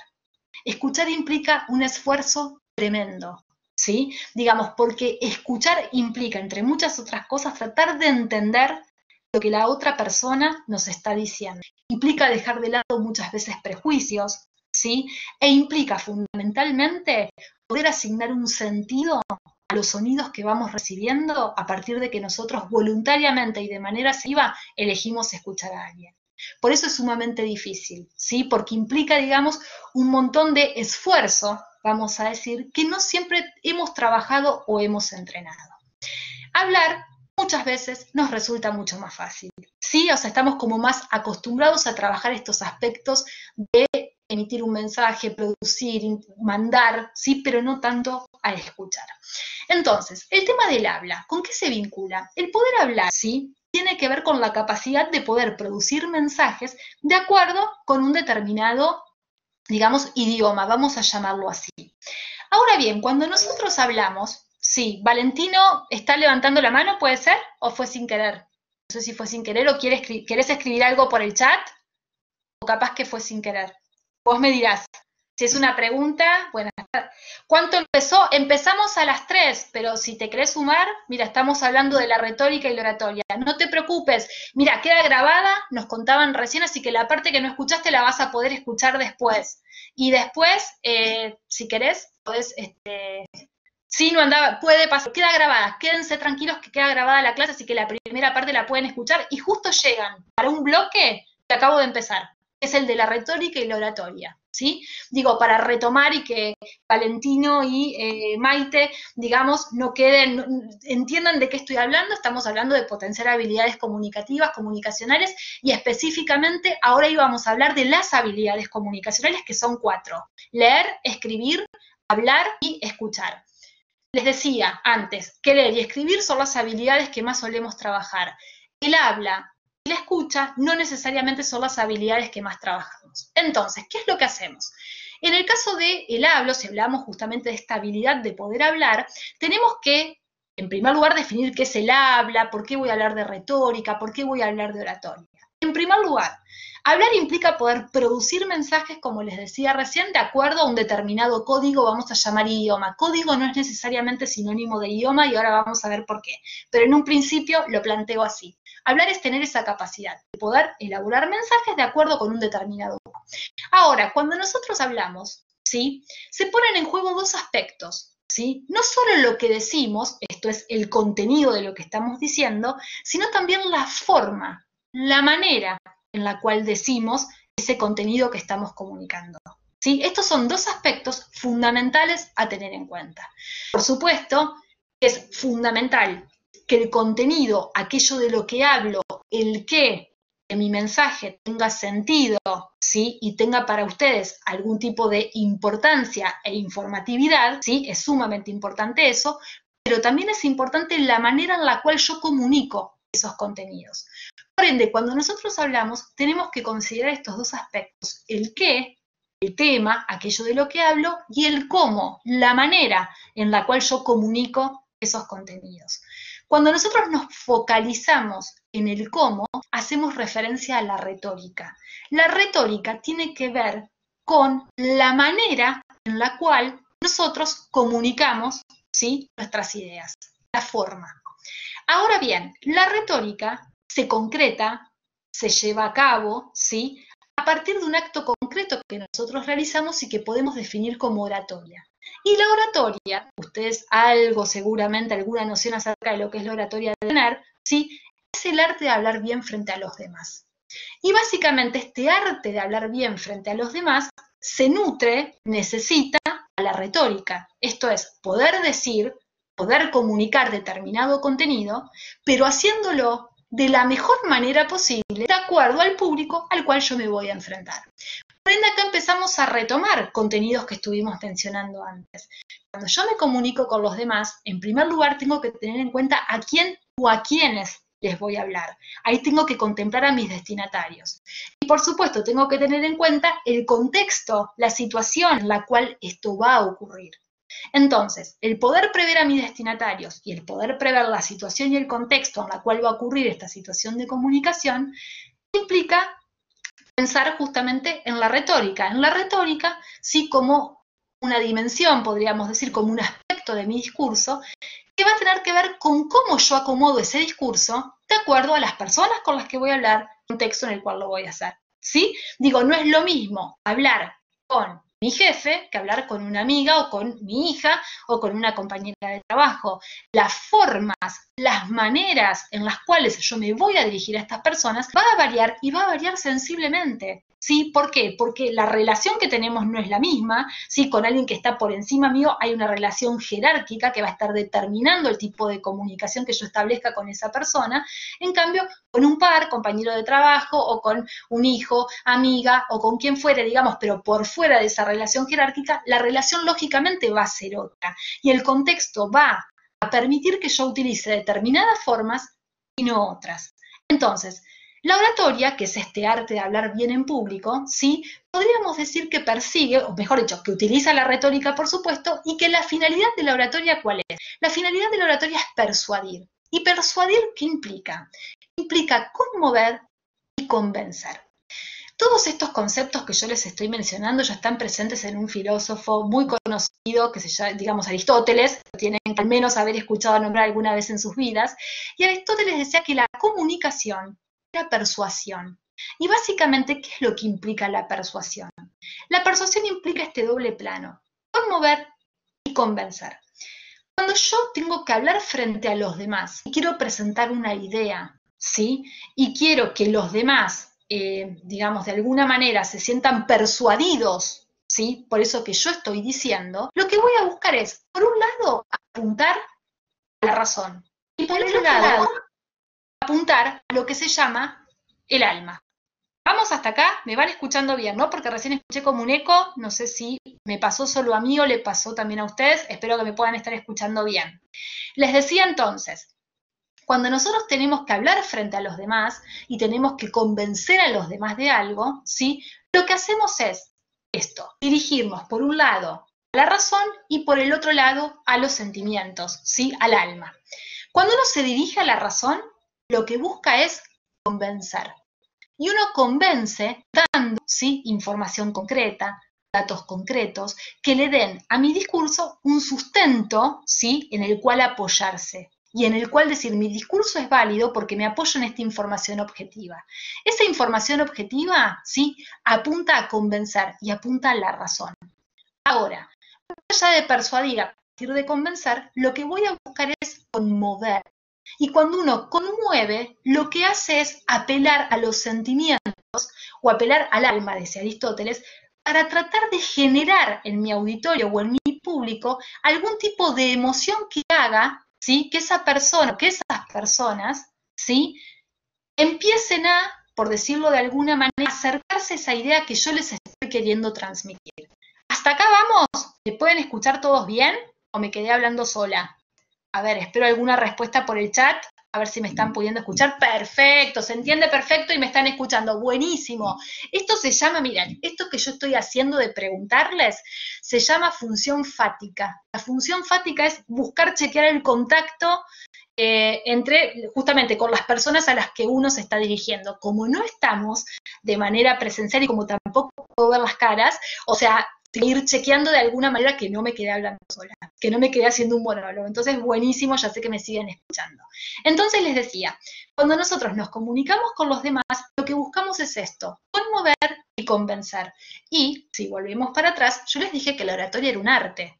Por ende, como todo arte, de sencillo no tiene nada. Si ustedes me preguntan, ¿hay una fórmula mágica para persuadir, conmover y convencer a los demás? No hay una fórmula mágica donde yo les dijera, esperen que les paso la fórmula por el chat y ya estamos. No, porque justamente la comunicación es un proceso complejo que requiere que nosotros pensemos de antemano qué es lo que vamos a decir, cómo lo vamos a decir, y para eso tenemos que contemplar el contexto y el público al cual nosotros nos vamos a dirigir. Por eso la comunicación es un proceso complejo y por eso la oratoria también es un arte, porque implica buscar la manera de comunicarnos de la manera más clara y más efectiva posible con aquellas personas a las cuales nosotros nos queremos dirigir.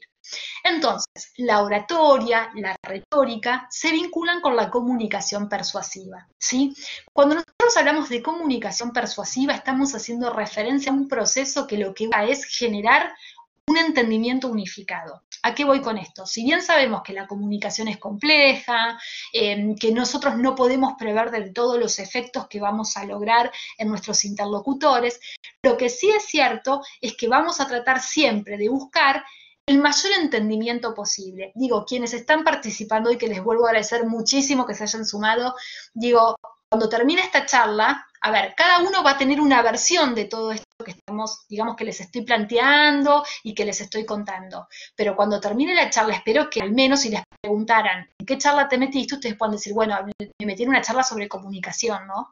Digo, pues ya veo que sale iniciando, me metí en una charla, ay, no sé de qué era, eso es terrible, no sé de qué era. Había una persona que hablaba y hablaba, pero no sé bien de qué hablaba. Bueno, ahí es porque directamente el nivel atencional no estuvo, digamos, pero a lo que voy es, digo, más allá de que cada uno en serio pueda llevarse una versión de lo que estoy hablando, la idea es que si les pregunto rapidito de qué estuve hablando, y estuve hablando de comunicación, ¿sí? Entonces, la comunicación persuasiva apunta a esto, a esta capacidad, a este proceso de tratar de lograr un mínimo de entendimiento, ¿sí? O sea, que algo básico sea entendido por todos juntos y a la vez. Digamos, que todos entendamos o tengamos una misma idea. Y esa comunicación persuasiva lo que busca es generar una actuación. Y es una herramienta, lo que busca es motivar a los demás. La comunicación persuasiva, digamos que es una estrategia, podríamos decir, que se utiliza muchísimo en el campo de la comunicación organizacional, ¿no? Yo ya estoy pensando en los ámbitos laborales, profesionales, donde a nivel de comunicación interna de las organizaciones, lo que se busca es, por supuesto, tratar de lograr un mínimo de entendimiento, un entendimiento unificado para que las personas que forman parte de una organización se alineen con los objetivos de esa organización y se comporten o actúen de una manera, digamos, que ayude, digamos, y que aporte, por decirlo de alguna manera, a los objetivos organizacionales. Por supuesto, a ver, yo acá les voy mencionando estas cuestiones de manera muy rápida, ¿no? Pero por supuesto que todo esto que nosotros estamos hablando, y con todo el derecho del mundo me lo pueden decir porque efectivamente es así, es muy lindo planteado en la teoría. Después en la práctica, esto requiere un nivel de complejidad altísimo porque nos empezamos a encontrar con un montón de variables que no necesariamente la teoría prevé. ¿Sí? Y digamos, acá vuelvo a lo mismo, ¿no es cierto? Pablo dice totalmente, pero es que es así. Digo, y cuando, digamos, doy cursos de capacitación sobre comunicación organizacional, por ejemplo, específicamente en el campo de la comunicación interna, una de las cuestiones que yo planteo es, a ver, de lo que se trata es, en el campo, cuando uno va a lo concreto y tiene que efectivamente llevar adelante alguna acción concreta de comunicación, el secreto es muchas veces no apostar por el secreto, digamos, no muchas veces, el secreto es no pretender llevar adelante un proyecto faraónico, sino empezar por pequeños cambios que hacen grandes diferencias.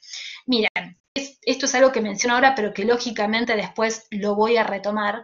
Y, digamos, yo les dije al comienzo que la base de la relación social es la comunicación, ¿sí? Digo, realmente esto es así. Y muchas veces, por ejemplo, en el campo de la comunicación organizacional y en el campo de las organizaciones, nos encontramos con que no todos, pero gran parte de los problemas que hay en las organizaciones tienen que ver con problemas de comunicación. Dice un especialista muy reconocido, se llama Peter Drucker, ¿sí? Tuvo como un boom, estuvo como muy de moda en los 90, pero digamos es una persona que sigue escribiendo sobre comunicación organizacional y demás. Él dice que el 60% de los problemas que se dan dentro de una organización, el 60% tienen que ver con cuestiones de comunicación.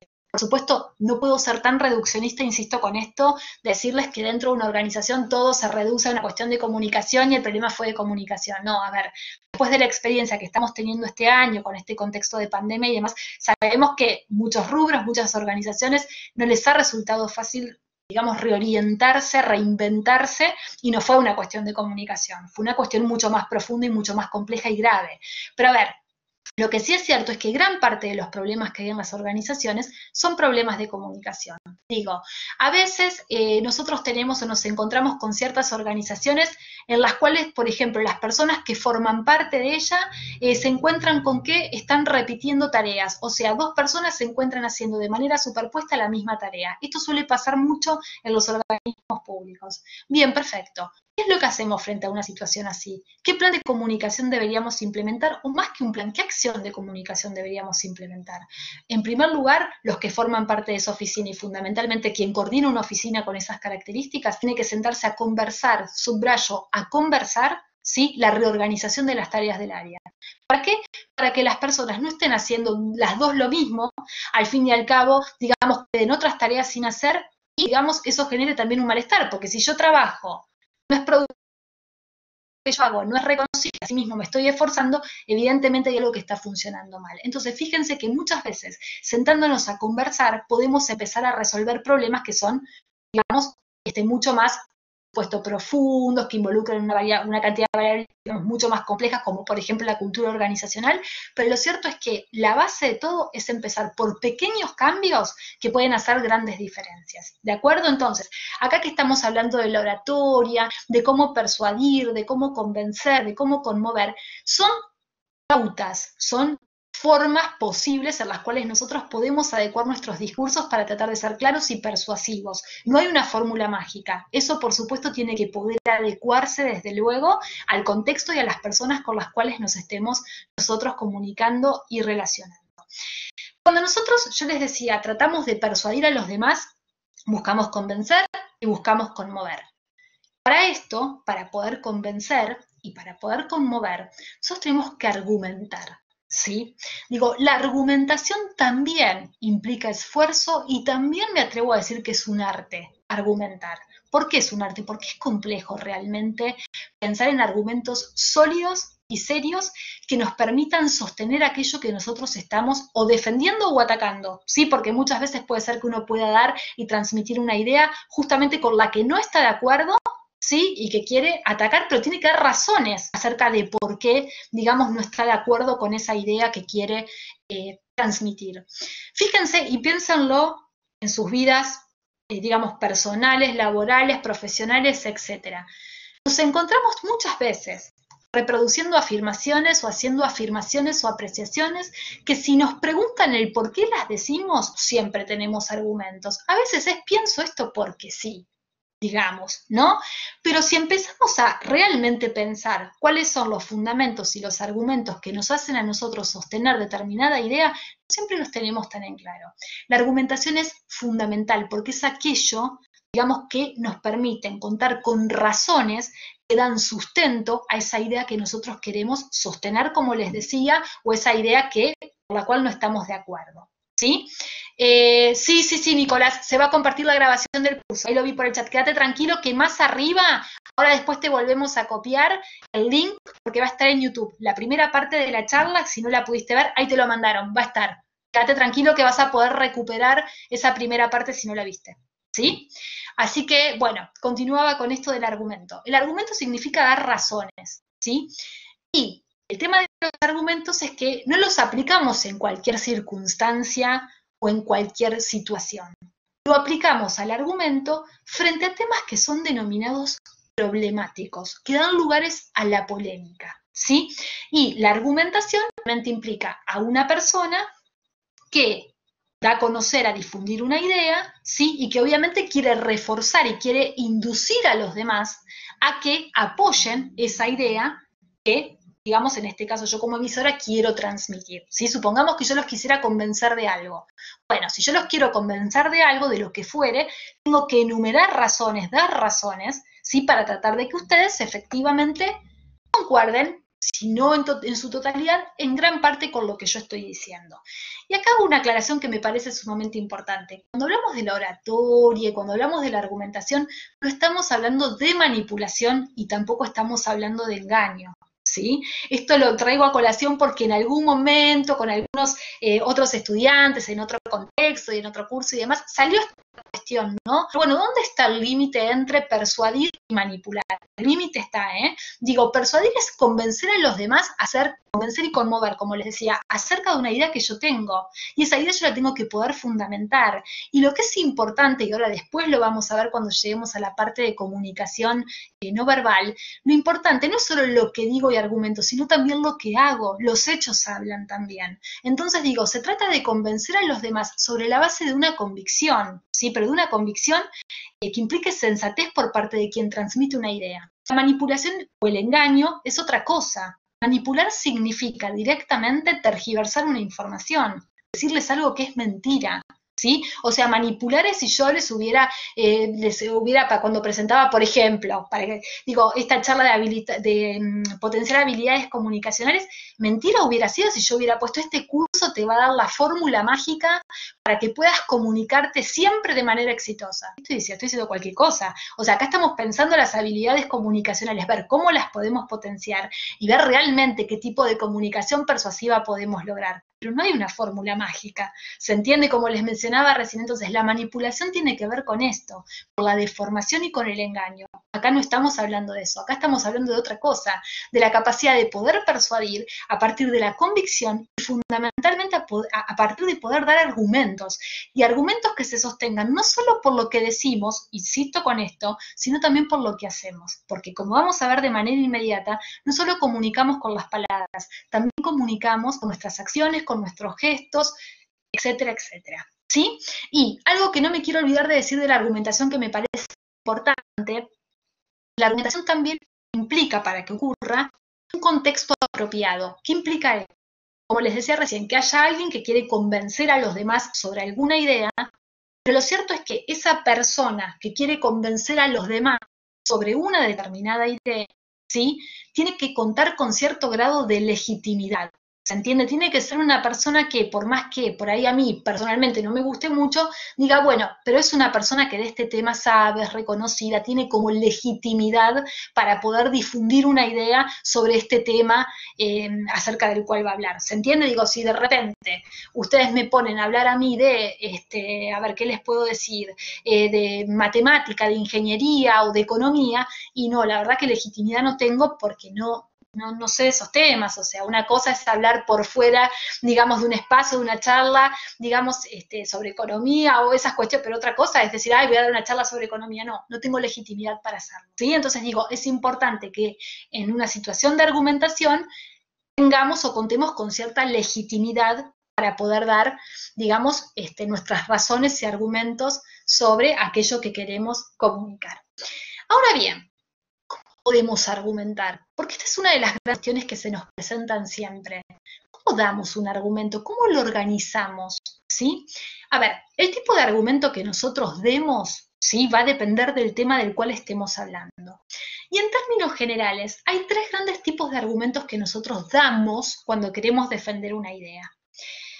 Un primer tipo de argumento clásico, ¿sí? Y que no falla, es apelar a la cita de autoridad.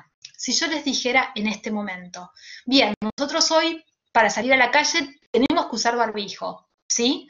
No lo digo yo, lo dice la autoridad sanitaria. Entonces, ¿ahí qué hago? Mi argumento, o sea, perdón, mi idea, mi afirmación, se apoya en una cita de autoridad.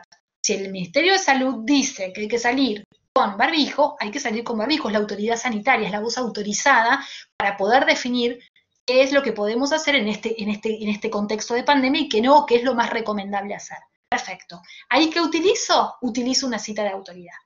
Ahora bien, para argumentar, puede ser que utilice otro tipo, ¿sí?, de argumentos para poder sostener alguna otra idea. Estos otros argumentos pueden ser argumentos que se llaman del sentir de la sociedad. Estos argumentos del sentir de la sociedad son ciertas ideas que circulan socialmente y que cuentan con un amplio consenso. Por ejemplo, si yo les dijera, donar órganos está bien, ¿sí?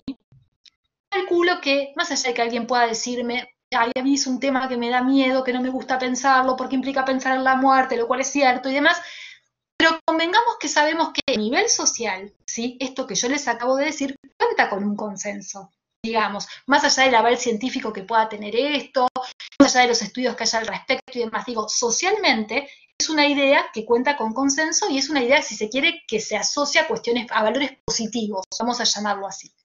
Más allá de este tipo de argumentos, que son argumentos del sentir de la sociedad, hay un tercer tipo de argumentos que tienen que ver con la experiencia individual, ¿sí? A veces uno tiene que abordar un tema, acuérdense, siempre son temas problemáticos o que dan lugar a la polémica y demás.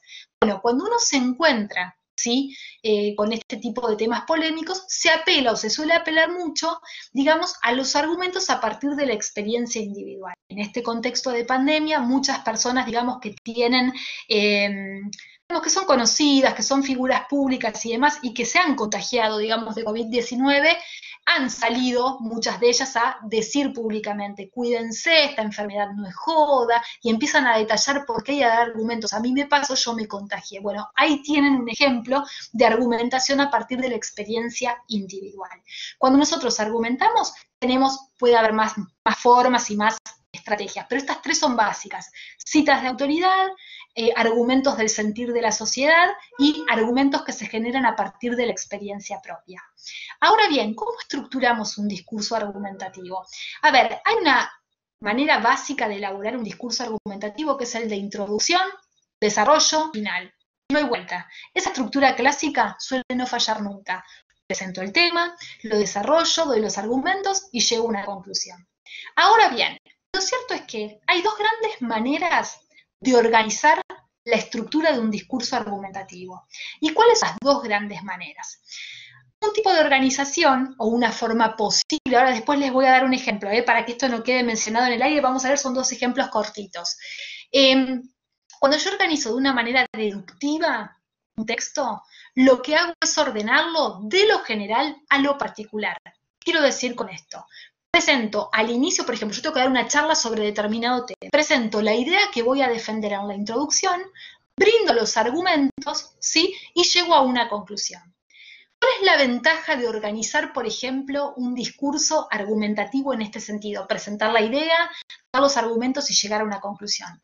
La ventaja es que se capta rápido lo que quiero decir. Rápidamente quienes me están escuchando, ¿sí? Saben a dónde apunto, qué idea tengo y a dónde quiero llegar. Eso está porque rápidamente se capta lo que quiero decir. Ahora bien, ¿cuál es la desventaja? Que por ahí no hace falta leer o escuchar todo el discurso. Porque escuchando a la persona minutos, listo, ya sé de lo que me va a hablar, ya sé a dónde va y ya sé cuál es, digamos, su punto de llegada. Ahí tendríamos que elaborar estrategias que nos aseguren en la medida de lo posible que vamos a tratar de captar la atención de nuestros interlocutores, digamos, hasta el final de nuestro discurso. Ahora bien, hay otra forma de organización del texto argumentativo que se llama inductiva. ¿Qué quiere decir organizar de una manera inductiva un texto? Ir de lo particular a lo general. Parte, por ejemplo, de dar ejemplos, mostrar casos, ¿sí? Mencionar ciertas situaciones, dar argumentos particulares, para después llegar a una generalización al final de nuestro discurso que vamos a defender o que vamos a refutar. O sea, acá hacemos al igual que hicimos antes. La idea general nuestra queda para el final. Empezamos a mencionar casos, ejemplos, etcétera, para llegar y arribar a una conclusión general. Bien, perfecto. ¿Cuál es la ventaja de este tipo de organización del discurso argumentativo? Que para saber a dónde queremos ir, nos tienen que escuchar de principio a fin. Si yo empiezo a recitar casos, ejemplos, ustedes van a tener que escucharme a ver a dónde es que yo quiero llegar. Ahora bien, ¿cuál es la desventaja? Que requiere esfuerzo muchas veces y tiempo. Y esto puede generar desinterés en el público. O puede pasar que el público no pueda quedarse escuchándome hasta el final. Por ende, bueno, no sé a dónde quiere ir, la verdad no tengo tiempo, continúo. Estas son estrategias buenas para tener en cuenta cuando uno tiene que preparar una presentación, ya sea en su trabajo, ya sea si está estudiando en la universidad. Digo, tener en cuenta estas cuestiones. ¿Cómo voy a organizar mi texto? Digamos, y de qué manera voy a organizar los argumentos que quiero brindar, ¿sí? De acuerdo al tema que yo quiero presentar. Miren, estos son ejemplos cortitos, ¿sí? Que les permiten visualizar bien este tema de la organización deductiva y de la organización inductiva. Son cortitos, los leo rápidamente para que se entiendan. Estos son los textos, el tema sobre el que hablan los dos ejemplos es el mismo. Lo que vamos a ver cómo varía la organización. Dice, no hay manera de saber cuándo sucederá un terremoto. Tampoco de predecir su fuerza o duración. Hay muchas variables impredecibles en el epicentro de sismo y la dureza de la placa tectónica. Para predecir con fiabilidad un terremoto se necesitan señales inequívocas, pero solo existen vagos indicios. Por ejemplo, aumento en la cantidad de gas radón en la atmósfera. También alteraciones en actividad electromagnética. Asimismo, comportamiento inhabitual en animales. Pero son señales erráticas, no hay nada concluyente. Fíjense, acá ya en la primera oración sabemos cuál es la idea del texto. No hay manera de saber cuándo sucederá un terremoto. Listo. Lo que nos van a dar después son todas razones, ¿sí? Y argumentos que permiten sostener esa idea de por qué no hay manera de saber cuándo va a suceder un terremoto. Idea principal, argumentos, cierre del texto, ¿sí? Finalmente el texto con que cierra diciéndonos y no hay nada que nos permita, digamos, predecir cuándo va a ocurrir un terremoto. Esto se llama organización deductiva. Idea central a desarrollar, arriba de todo, argumentos, conclusión. ¿Qué pasa en el segundo ejemplo que es organización inductiva? Fíjense que acá se da más vuelta. Antes de un terremoto suelen aparecer indicios vagos que despiertan sospechas. Tal es el caso de variaciones en la cantidad de gas radón en el aire. Otra cuestión es la alteración de la actividad electromagnética. También hay testimonios de animales que se comportan de manera extraña antes de un fuerte movimiento telúrico. Lo cierto es que hay otras variables más importantes que no se pueden predecir. Tal es el caso del epicentro del sismo, su fuerza y duración. Asimismo, la resistencia de la placa tectónica. Finalmente se concluye que no hay manera de predecir con certeza un terremoto. Fíjense que el tema mismo lo que vuelta la organización principal quedó al fin y al principio me empiezan a dar todas las razones o pequeños argumentos o argumentos parciales que permiten arribar a una generalización. La manera en la cual nosotros organizamos un texto argumentativo va a depender de lo que querramos hacer. y del público al cual le vayamos a hablar. Sabemos hoy que estamos en un momento en el cual nuestro periodo de concentración ha disminuido muchísimo. Casualmente el otro día, hablando de esta cuestión de la atención y de la concentración, un estudio que hizo Microsoft en Canadá en 2015, ya pasaron 5 años, con lo cual estos valores se tienen que haber modificado seguro, marcaban que nuestro periodo de atención se había bajado de 12 segundos a 8. O sea, antes podíamos mantener 12 segundos la atención en algo, bueno, hoy lo podemos hacer 8 segundos. Esto fue en 2015, creo que hoy es menos todavía. Por ende, cuando uno organiza, ¿sí?, un discurso que tiene que pronunciar ante los demás o una información que tiene que hacer llegar a los demás, tiene que pensar bien cómo es que la va a organizar. Si va a ser concreto y va a ir al pie, 4 segundos, perfecto, así está actualizado. Yo sabía, este estudio era de 2015, por eso lo aclaré. Es increíble cómo el nivel atencional, digamos, influye en todas estas cuestiones, ¿no es cierto? Hoy estamos, y las pantallas tienen muchísimo que ver, hoy nos cuesta mucho leer un texto largo, si nos tienen o nos dan muchas vueltas para explicarnos algo, realmente se nos vuelve muy pesado, porque el nivel de atención es cada vez más corto, ¿sí? Entonces, cuando uno tiene que pensar en una estrategia de argumentación, realmente tiene que tener en cuenta estos factores, como también tener en cuenta el tipo de público al cual le va a hablar, ¿cierto? Si es un público capaz de sostener la atención por más tiempo y esperar hasta el final para que demos algún tipo de idea o generalización, o de entrada plantear cuál es nuestra idea y rápidamente y con cierta energía desarrollar los argumentos para sostener esa idea que ya desde el principio se ve con claridad. Depende de lo que uno quiera hacer, del público y de, por supuesto, el contexto en el cual esto ocurra. Algunas cuestiones básicas para mencionar, la comunicación persuasiva, la argumentación y demás, digamos, se aplica en distintos ámbitos y con distintas finalidades. La comunicación persuasiva se utiliza para negociar, se utiliza también para mediar en situaciones de conflicto. Tanto para negociar como para mediar, cuando uno habla de estas situaciones piensa en ámbitos laborales, en ámbitos profesionales y demás. Pero lo cierto es que en nuestra vida cotidiana también tenemos que negociar y tenemos que mediar, digamos, ante determinadas situaciones problemáticas que se nos presenten. A ver, básicamente negociar implica un conflicto de dos personas, ¿sí? Un conflicto que obviamente produce un desequilibrio en una relación específica y determinada. Cuando nosotros tenemos que utilizar a la comunicación para negociar, lo que tenemos que hacer es mediar, ¿sí?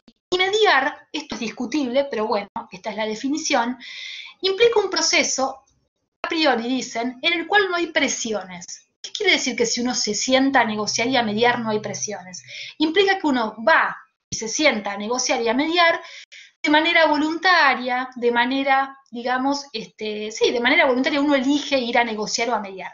Yo digo que esto es discutible, porque muchas veces tenemos que sentar a negociar o a mediar, no porque estemos muy convencidos de eso, sino porque no nos queda mucho margen de acción. No sé si les habrá pasado, pero a veces uno tiene que sentarse a mediar o a negociar ante determinada situación, no porque tenga muchas ganas de hacerlo, sino porque no quedan muchas alternativas, o tal vez porque otras alternativas pueden ser mucho más engorrosas. Entonces, la mediación implica esto, un acto voluntario en donde hay dos partes que se sientan a negociar y una tercera parte que es imparcial, que se supone que va a mediar en ese conflicto, y se tratan de procesos confidenciales. Este tema de la negociación, como les digo, está más que nada enfocado a los ámbitos organizacionales y profesionales. También uno puede pensar en distintas situaciones de la vida cotidiana, como tiene que sentarse a negociar y cómo tiene que sentarse a resolver ciertos conflictos. A ver, básicamente el tema de la negociación y la comunicación persuasiva, esto yo solo se los dejo mencionado como un dato a tener en cuenta, lo que uno tiene que tener en claro es que negociar implica siempre poder ceder algo para obtener lo que queremos, ¿sí? O sea, esta cuestión de me voy a sentar a negociar y para eso voy a ir con una buena argumentación y con una buena técnica persuasiva para convencer a los demás acerca de que lo que yo quiero es lo que merezco y no me voy a con ni un milímetro. No. A ver, en realidad cuando uno tiene que negociar, tiene que ir sabiendo que algo va a tener que ceder para poder recibir lo que necesita. Y en esos casos, cuando uno tiene que sentarse a negociar, lo que es fundamental es averiguar bien a quién vamos a tener del otro lado, ¿sí? Para poder mínimamente tener una noción acerca de hasta dónde es que nosotros estamos dispuestos a corrernos y a ceder, y hasta qué creemos prever que del otro lado van a estar dispuestos para negociar, para ceder y para, digamos, tratar de alcanzar algún mínimo de entendimiento y de, consenso, ¿no? Y de negociación. Pero les decía, la comunicación persuasiva no solo sirve para negociar, también sirve para motivar, ¿sí?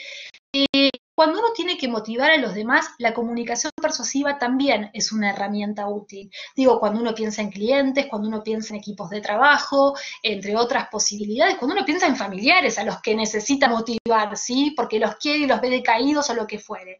Digo, ¿cómo motivamos a los demás? Para poder motivar, esto es para poder dar impulso, para poder dar fuerza a quienes nos rodean, necesitamos, porque vemos que por algún motivo hay algo que no está funcionando, lo que tenemos que hacer es identificar dificultades. Muchas veces formamos parte de equipos de trabajo en los cuales nos damos cuenta que ese equipo de trabajo no está funcionando mal, hace su trabajo, pero hay algo que no nos termina de cerrar, los vemos un poquito tristes, decaídos, o hay algo que nos damos cuenta que no está funcionando bien. Bueno, hay que identificar cuál es esa dificultad. Una vez que se identifica cuál es esa dificultad, hay que estimular la asertividad. ¿Qué es la asertividad? Digamos, asertivo quiere decir afirmativo. Hay que estimular la capacidad de expresión de las opiniones, que es lo que sigue, es la capacidad de expresar acciones afirmativas, acciones positivas. Esto es, utilizamos la comunicación persuasiva para poder impulsar, vamos a decir, a los demás, ¿sí? A que puedan expresar sus opiniones, resolver las dificultades y, digamos, lograr que del otro lado las personas se sientan reconocidas. Generalmente, cuando uno ve que hay un problema de desmotivación, eso puede tener que ver con una multiplicidad de motivos. En el ámbito laboral puede ir desde un sueldo mal, digamos, pago, mal remunerado, hasta cuestiones que no necesariamente tengan que ver con el dinero y que tienen que ver con clima laboral o que tienen que ver con que nunca se nos reconoce el trabajo y la dedicación que tenemos para con nuestras actividades. Digo, la verdad es que eso varía realmente de caso en caso, pero lo cierto es que una buena técnica de comunicación persuasiva puede potenciar equipos de trabajo a partir de simplemente identificar cuáles son las cuestiones que por ahí están haciendo un poco de ruido o interfiriendo y que están de alguna u otra manera tirando abajo un equipo que podría trabajar mucho mejor. Bien. Hechas estas aclaraciones, ahora sí ya entramos en lo último, la comunicación no verbal y la escucha activa, que son los últimos dos puntos que nos quedan y les prometo que voy a ser breve. Yo les decía que la comunicación es un proceso complejo, ¿sí? Porque no solo comunicamos con la palabra, también comunicamos con los gestos, ¿sí? Con los tonos de voz, con la apropiación del espacio. Imagínense que yo en este momento les dijera, estoy realmente muy feliz de estar hablando con ustedes. ¿Sí? Bueno, mi tono de voz y tal vez mi cara, no sé si llegan a verme porque estoy chiquita, no están comunicando exactamente lo mismo, ¿sí? Que dicen mis palabras. Por ende, es fundamental, cuando uno piensa en la comunicación, tiene que pensar también en estos aspectos no verbales y fundamentalmente cuidar esa coherencia entre lo que decimos, lo que hacemos y los gestos que tenemos, ¿sí? Sobre todo si estamos pensando en habilidades comunicacionales de oralidad, de escucha, de expresión y demás. Bien. Entonces, ¿cómo es este tema de la comunicación no verbal? Cuando nosotros nos comunicamos, como les decía, utilizamos código lingüístico, que es la palabra, digamos, verbal, la palabra hablada y la palabra escrita, y también utilizamos un código paraverbal o no verbal. El código paraverbal y no verbal hace referencia a los gestos, a los movimientos y a los tonos de voz. Si ustedes prestan atención, sí, nos ha pasado en nuestra vida, digamos, personal, como también lo hemos visto en personalidades, digamos, o figuras públicas, desde políticos, actores, actrices, lo que se les ocurra. Vieron que cuando a una persona le dicen algo que le incomoda, se le transforma la cara y no tiene manera de ocultar eso que está comunicando a través de un gesto, por más que con las palabras esté diciendo otra cosa. Bueno, estos aspectos a la hora de pensar habilidades comunicacionales es central. ¿Sí? Comunicamos no solo con lo que decimos, sino también con los gestos, con los movimientos y con los tonos de voz. Algunos datos que son, digamos, realmente importantes de tener en cuenta. Cuando nosotros nos comunicamos, para que tengan una idea, esto que ven en gris acá, ¿sí? Es el lenguaje corporal, lo que nosotros comunicamos con los movimientos y con los gestos. Suelen, digamos, hay como bastante consenso, hay diferencias de los estudios acerca de los porcentajes, pero aproximadamente va en este sentido. Especialistas en comunicación no verbal aseguran que el 63% de lo que nosotros comunicamos, lo comunicamos a través de gestos, de movimientos, de apropiación del espacio, digo, a través de lo que se llama lenguaje corporal y apropiación del espacio. Así que es proxémica, se llama proxémica. ¿sí? El 63% de lo que comunicamos lo hacemos a través de un lenguaje corporal. Luego, esto que ven acá naranja es la entonación y la voz, ¿sí? La entonación y la voz comunican un 30% de lo que nosotros estamos diciendo. Y finalmente, este 7% que ven acá, ¿sí? Lo comunica la palabra verbal. O sea que fíjense que si nosotros hacemos un avance acerca de cómo comunicamos y, mejor dicho, qué es lo que más fuerza tiene cuando nosotros comunicamos, bueno, lo que más fuerza tiene es el lenguaje corporal. Fíjense que la palabra solo comunica un 7%, o tiene una incidencia en nuestra comunicación solo de un 7%, o sea, nada. ¿De acuerdo? Digo, no sé si tenían estos datos, pero comunicamos mucho más, mejor dicho, por esta comunicación no verbal y por lo que decimos con las palabras. Ahora bien, cuando nosotros justamente tenemos que pensar en técnicas de persuasión y elaboración de discursos, lo que tenemos que hacer es tener en cuenta una serie de tips que involucran tanto a lo que decimos con las palabras como también a lo que involucra al lenguaje corporal. Que acuérdense, mayoritariamente lo que hacemos es comunicar a partir de nuestra gestualidad, a partir de nuestro lenguaje corporal, ¿sí? Y aún más, les voy tirando como un dato que después voy a retomar. Dicen, ¿sí?, que de lo que escuchamos con la palabra, de lo que nos dicen con la palabra, o sea, en el momento en el que estamos escuchando, por ejemplo, ustedes ahora están escuchando un 60% de lo que yo estoy diciendo. En el total van a terminar escuchando un 60% de lo que yo estoy diciendo. Y luego dicen que se retiene un 25% de lo que se escuchó. Así que fíjense el tema de la palabra, ¿no? O sea, cómo tenemos que tener en cuenta que no solo comunicamos con eso, sino también con las gestualidades que muchas veces nos quedan como mucho más patentes y grabadas, ¿sí? Que bueno, que lo que podemos decir con la palabra verbal. Esto no quiere decir que la palabra no sea importante, ¿sí? Pero también quiere decir que cuando pensamos en habilidades comunicacionales, el lenguaje corporal, la gestualidad, la tenemos que tener en cuenta. Entonces, cuando pensamos en técnicas de persuasión y de elaboración de discursos, hay ciertos tips a tener en cuenta. Estos tips que yo les voy a mencionar son tips básicos, o sea, que a ver, todos seguramente habrán escuchado hablar de estas cuestiones que yo les voy a mostrar ahora, pero que está bueno recordarlas, ¿sí? Digo, como para pensar de antemano de qué manera o cuál es la mejor manera de poder preparar un discurso para poder comunicarnos con los demás. En primer lugar, cuando nosotros tenemos que hablar frente a los demás, ya sea que tengamos que hacerlo frente a una persona como frente a un millón, algo que tenemos que tener es la postura de nuestro cuerpo.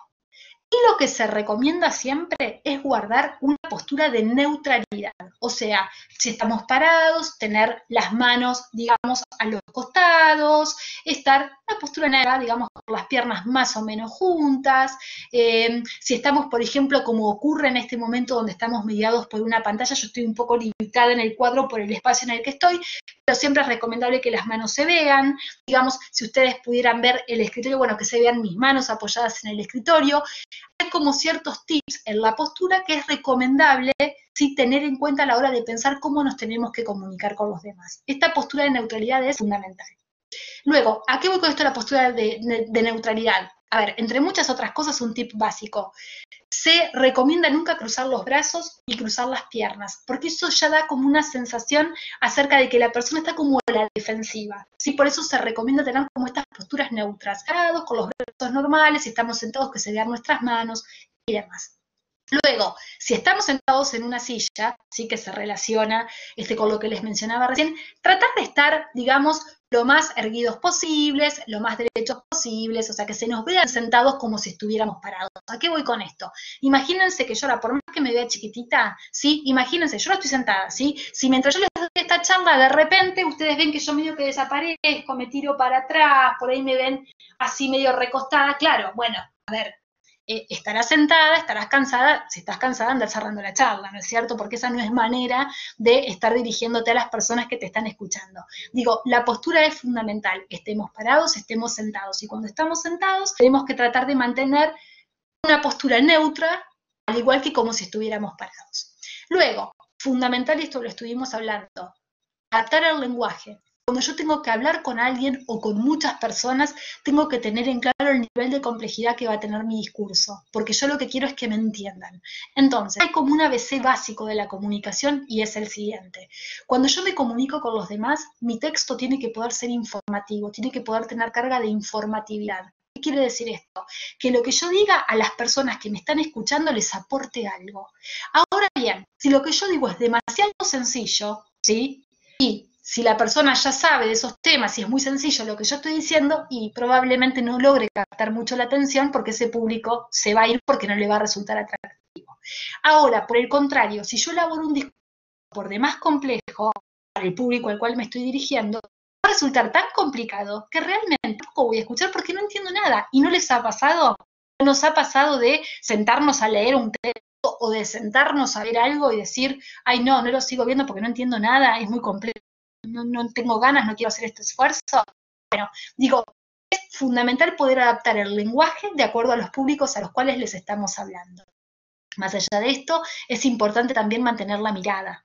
En este momento yo estoy hablando a través de una pantalla, de una computadora. Bueno, yo tengo que mirar a la cámara, porque mirar a la cámara, por más que esté chiquitita, si mirar a la cámara es como mirar a los ojos. Si de repente yo en esta actuación que estamos teniendo miro para el techo, miro para abajo, miro para el costado, miro así, ustedes no saben a quién estoy mirando, si hay alguien que me está mirando. O sea, no, ustedes van a sentir rápidamente que no me estoy dirigiendo a ustedes o que mi atención no está puesta en ustedes. Bueno, cuando estamos en un lugar físico, muchas personas a la vez, recomienda hacer una mirada en barriga, ir de izquierda a derecha, de arriba a abajo, dependiendo de cómo la gente, digamos, esté adaptada, ¿sí? en el espacio con el cual nos encontremos. Ahora, lo que es importante es que siempre con la mirada hay que variarla si estamos en un espacio físico, porque no hay que incomodar a las personas. De repente, cuando un orador fija la vista en alguien, eso incomoda porque la persona dice, ¿por qué me está mirando? ¿Por qué no está mirando también? Digamos. Ahora bien, más allá de esto, ¿sí? La voz que tenemos es la voz que tenemos. ¿Sí? Hay gente que entrena, que se profesionaliza, la locución y que tienen unas voces, unos vozarrones hermosos. Ahora bien, el tema es que no todos estudiamos locución. De lo que se trata con la voz es de jugar con la expresividad, tratar de evitar la monotonía. Especialistas en sonidos dicen que nosotros solemos borrar o no reconocer aquellos sonidos que se nos presentan como similares. Cuando nosotros tenemos una voz monótona, ¿sí? Llega un momento que esa voz monótona se transforma como en una suerte de ruido blanco, como se le llama, dejamos de escucharla, no le podemos prestar atención. ¿Por qué? Porque se transformó como en algo que no podemos diferenciar. En cambio, si jugamos con los tonos de voz, si jugamos justamente con la expresividad, eso va a hacer que de alguna u otra manera, quienes nos están escuchando tengan la atención como mejor puesta nosotros estamos diciendo. Por el otro lado, utilizar el lenguaje no verbal, esto que les decía recién, acompañar a lo que decimos, ¿sí? Con nuestra postura corporal, la apropiación del espacio, digamos, que haya coherencia fundamental, como dice el otro tip que sigue, entre los tres tipos de lenguajes que utilizamos. El verbal, que es la palabra, lo que decimos, el lenguaje paraverbal, que es la voz, y el lenguaje no verbal, que es el cuerpo. Como les decía, si yo les digo, ay, estoy muy contenta de estar acá, bueno, que haya, digamos, obviamente coherencia entre mi cara, el tono de voz y lo que estoy diciendo, y guarda, que no quede forzado tampoco, porque cuando se sobreactúa y queda forzado, también eso se nota. De lo que se trata también es de gestionar las emociones cuando uno tiene que dar una charla, no exagerar, tampoco irse muy abajo, sino ir graduando los momentos, ¿sí? de esa conversación que tiene que tener con los demás. E insisto, hablo de conversaciones con los demás porque cuando uno tiene que hablar y tiene que elaborar técnicas de persuasión, ¿sí? Estas técnicas de persuasión se aplican, ya sea que tengo que hablar con una persona, ya sea que tenga que hablar con 1.000.000, ¿sí? Es lo mismo, la técnica de persuasión es la misma. Por el otro lado, evitar lo que se llama la muerte por PowerPoint. Hice un gran esfuerzo, yo en la presentación de hoy, ¿sí?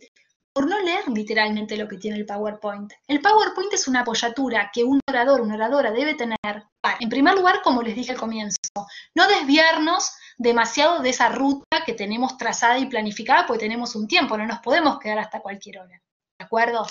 Ahora bien, más allá de eso, tampoco se trata de que, porque tengo el PowerPoint de apoyatura, ¿sí? Que a la vez les sirva a ustedes como para ir teniendo una apoyatura visual también para ver los principales temas que estoy tratando, tampoco se trata de que yo lea en voz alta lo que dice el PowerPoint, ¿sí? Sino que lo que se supone es que a lo que plantea el PowerPoint yo tengo que poder agregarle algún tipo de información, digamos, que adicione y sume a lo que plantea el PowerPoint. Porque si no, para eso, les dejaba el PowerPoint, lo subíamos a la página de UP, leían el PowerPoint y se terminó, ¿no? Digo, no estamos hoy acostumbrados a tener un tipo de lectura en voz alta y compartida. Eso fue en algún momento. Hoy eso ya no se hace más. Si yo voy a leer lo que tengo escrito en un papel, pero con toda la razón del mundo, ustedes me dirán, mira, mandame el PowerPoint que lo leo y listo, ¿sí? Uno espera que siempre haya algo más que lo que un PowerPoint o cualquier otra presentación visual que ustedes puedan utilizar, digamos, nos muestre. Es muy importante entonces esto que les decía, evitar lo que se llama la muerte por PowerPoint. Y luego preparar bien la presentación. Lo fundamental es lo siguiente, cuando uno tiene que hablar frente a los demás, ¿sí?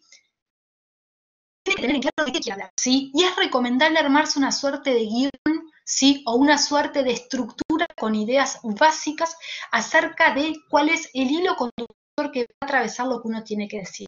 No se trata de memorizar un discurso, porque te olvidaste una palabra y te quedaste sin discurso, y aparte cuando uno memoriza también se dan cuenta del otro lado que uno está repitiendo como un lorito algo que se aprendió y que de repente si me hacen una pregunta, me descolocan, no sabría cómo volver. ¿Sí? No se trata de eso. Lo que se trata es de tener en claro de qué quieren hablar y cuáles son los principales aspectos por los cuales ustedes quieren pasar. ¿Sí? Y obviamente se recomienda primero hacerse un bosquejo por escrito porque eso ordena. Cuando uno vuelca por escrito lo que quiere hacer, nos permite ordenar, nos permite poder visualizar, ¿sí? O sea, cuando uno escribe la escritura, la letra es una abstracción, digamos, gráfica, visual de nuestro pensamiento, nos permite poner en orden qué es lo que queremos hacer. Y además evaluar, cuando uno ve en un papel puede evaluar perfectamente, pero acá me voy por las ramas, acá donde quiero llegar. Bueno, digo, es fundamental poder preparar bien la presentación porque tenemos que tener en claro de qué queremos hablar. Bien, y ya ahora sí, para ir cerrando les prometo, a ver si pasa el PowerPoint, o ya está el PowerPoint, se me durmió, no, muy bien, ahí está. Vamos a hablar del último tópico que les adelanté y les prometí, que esto también es fundamental. Si uno hace promesas, luego tiene que cumplirlas, y esto es un aspecto fundamental a tener en cuenta cuando uno construye, digamos, un discurso. Tiene que poder cumplir con las expectativas de su público y tiene que poder cumplir con aquello que anuncia, ¿sí? Que va a hablar, a tratar y a mencionar. Así que el último punto es este, escucha activa, atenta, que como les dije, es que menos solemos trabajar y es la más difícil. Oír, como les mencionaba antes, es percibir sonidos con el oído. Esto es una definición de la RAE. Si ustedes buscan qué significa oír, oír significa percibir sonidos con el oído. Por supuesto, la capacidad de oír tiene que ver con un sustrato biológico, como les mencionaba al comienzo, con la capacidad de nuestro oído de recibir sonidos. Ahora bien, cuando nosotros decidimos escuchar un paso más adelante, implica la selección voluntaria, ¿sí? De sentarme y de prestar atención a lo que me están diciendo. Y es más, ustedes podrían decir, ¿una persona sorda escucha? Por supuesto que sí, una persona sorda escucha, porque una persona sorda pone la atención, ¿sí? En interpretar qué es lo que les están diciendo del otro lado, ya sea a través de la lengua de señas o ya sea puede leer los labios, ¿sí? De una persona oyente. Entonces, la escucha se vincula con el oído, sí, claro, pero guarda, porque es una actividad voluntaria, selectiva, que implica que nosotros pongamos la atención en tratar de interpretar lo que nos están diciendo e implica fundamentalmente asignar significados y sentidos a los sonidos que recibimos. Esto es fundamental. Cuando nosotros escuchamos, lo que hacemos es asignar significado a los sonidos que recibimos. ¿Sí? En cambio, el oír era, como les decía, la capacidad de percibir sonidos. Ahora bien, digamos, cuando nosotros dormimos a la noche, logramos conciliar el sueño, ¿sí? El oído sigue oyendo. Lo que nosotros hacemos es anular la actividad selectiva de escuchar. Elegimos no escuchar. Tipo, si no, no podríamos dormir. Si nosotros mantuviéramos, digamos, al 100% la escucha de manera permanente, no podríamos dormir porque estaríamos todo el tiempo percibiendo los sonidos con el oído en el caso de poder, digamos, contar con la facultad del oído de oír. ¿Sí? Entonces, se escucha, digamos, de manera voluntaria y selectiva, esto involucra el oído, pero no solamente el oído. Uno puede escuchar con los ojos, puede escuchar con el tacto, puede escuchar con el olfato, porque tiene que ver la escucha con la capacidad de poder prestar atención y de interpretar lo que nos están diciendo. Y esto es una actividad que implica un esfuerzo realmente muy grande, porque implica predisposición de nuestra parte hacia quien, digamos, nosotros estamos escuchando. Mostrar interés es fundamental, ¿sí? Observar, además, lo que nos están diciendo con la palabra, el lenguaje no, y me atrevo a decir algo, no solo escuchar lo que nos dicen, también dar atención y escuchar aquello que no nos dicen. Porque generalmente la importancia o lo central de una conversación muchas veces no está en lo que se dice, sino en lo que no se dice. ¿Sí? Entonces, para eso hay que escuchar y hay que estar atentos. Hay que estar abiertos, hay que tener cierta apertura frente a los demás para poder escucharlos. Esto es un aspecto fundamental, porque poder tener apertura hacia los demás implica que nos podamos sacar de encima muchas veces prejuicios.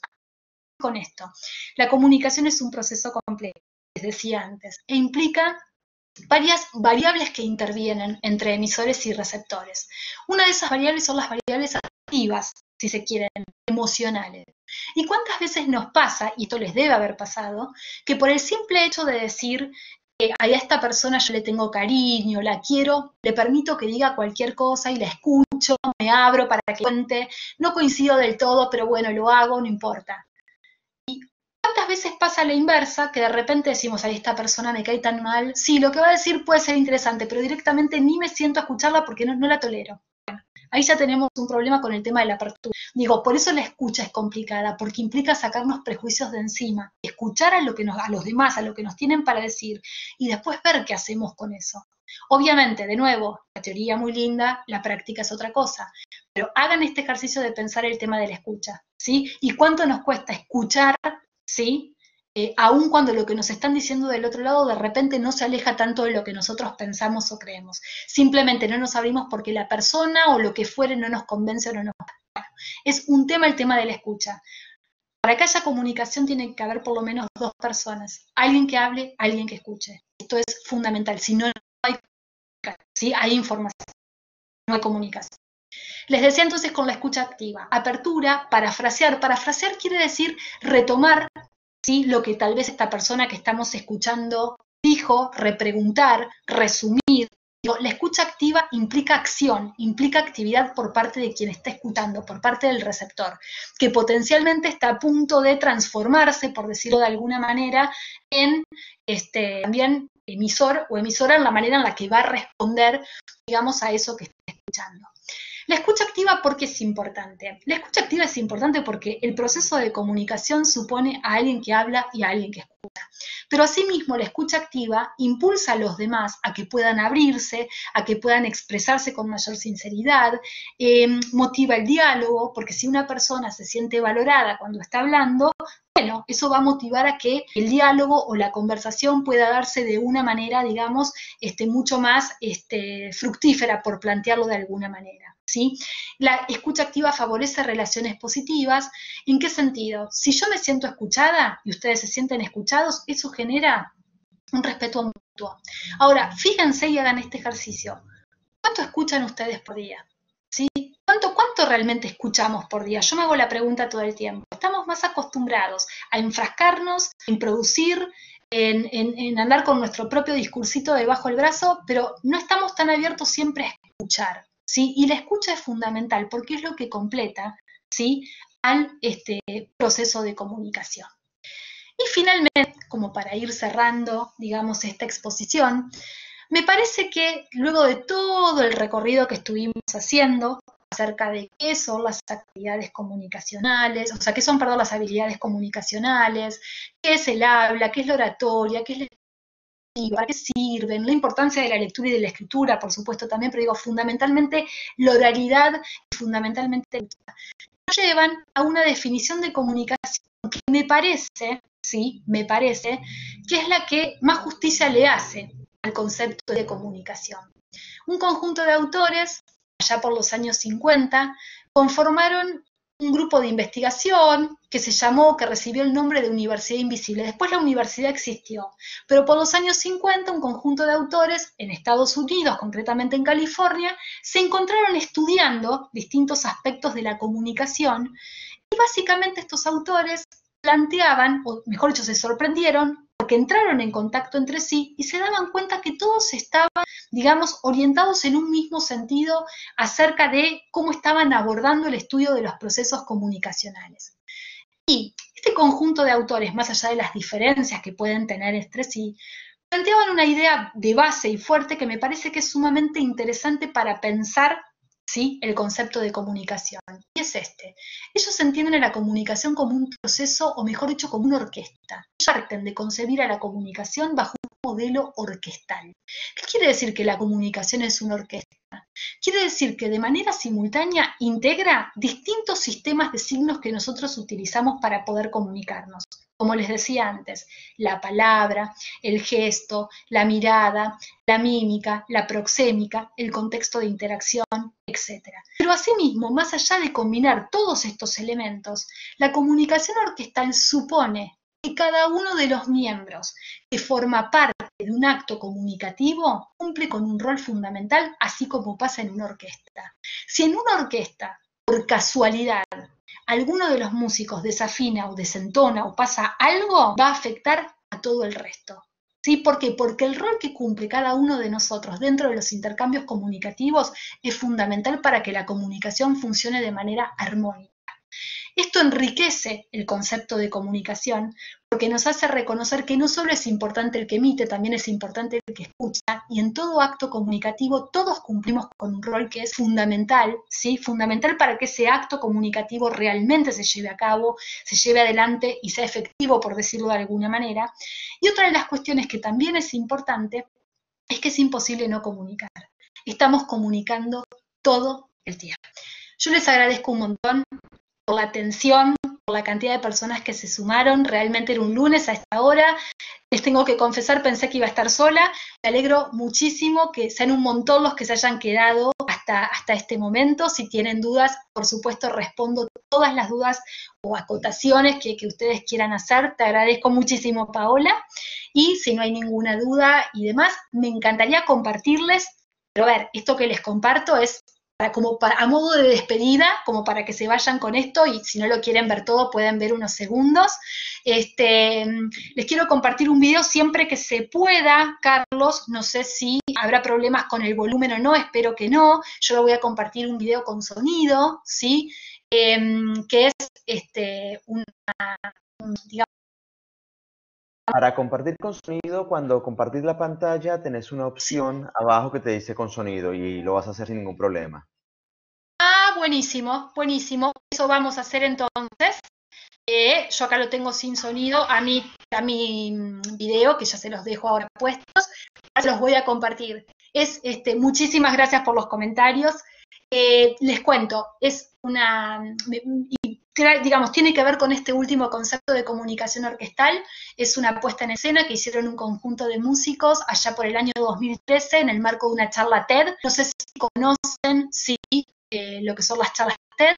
Son charlas que se realizan a nivel internacional, donde se convocan especialistas, a figuras públicas sobre determinados temas. Esta charla TED es una charla TED específica sobre medicina y salud que se realizó, como les decía, en el año 2013, y un conjunto de músicos del Conservatorio de Música de Washington realizaron una performance donde me parece que de alguna manera esta performance que ellos realizaron hace o resume o sintetiza a la perfección todo lo que estuvimos hablando hoy. Díganme si después de verla, aunque sea unos segundos, y es más, hasta les puedo después también dejar el link para compartírselos, ¿sí?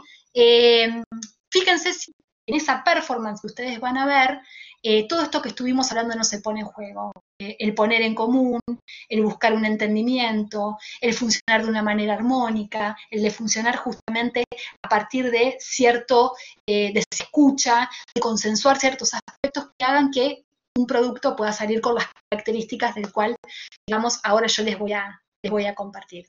Espero que la hayan disfrutado, que les haya servido. Como les digo, después del video no voy a continuar charlando, simplemente se los dejo como para ir cerrando la charla y que disfruten, aunque sean, digamos, de unos segundos de este video que les voy a compartir, que espero que me comparta pantalla, digamos, y si no les paso el link, digamos, por el chat. No, acá me está compartiendo, ahora comparto audio, y aquí los dejo con la charla. Fue un placer y les agradezco un montón que se hayan quedado hasta el final. Aquí Les voy a dejar la charla.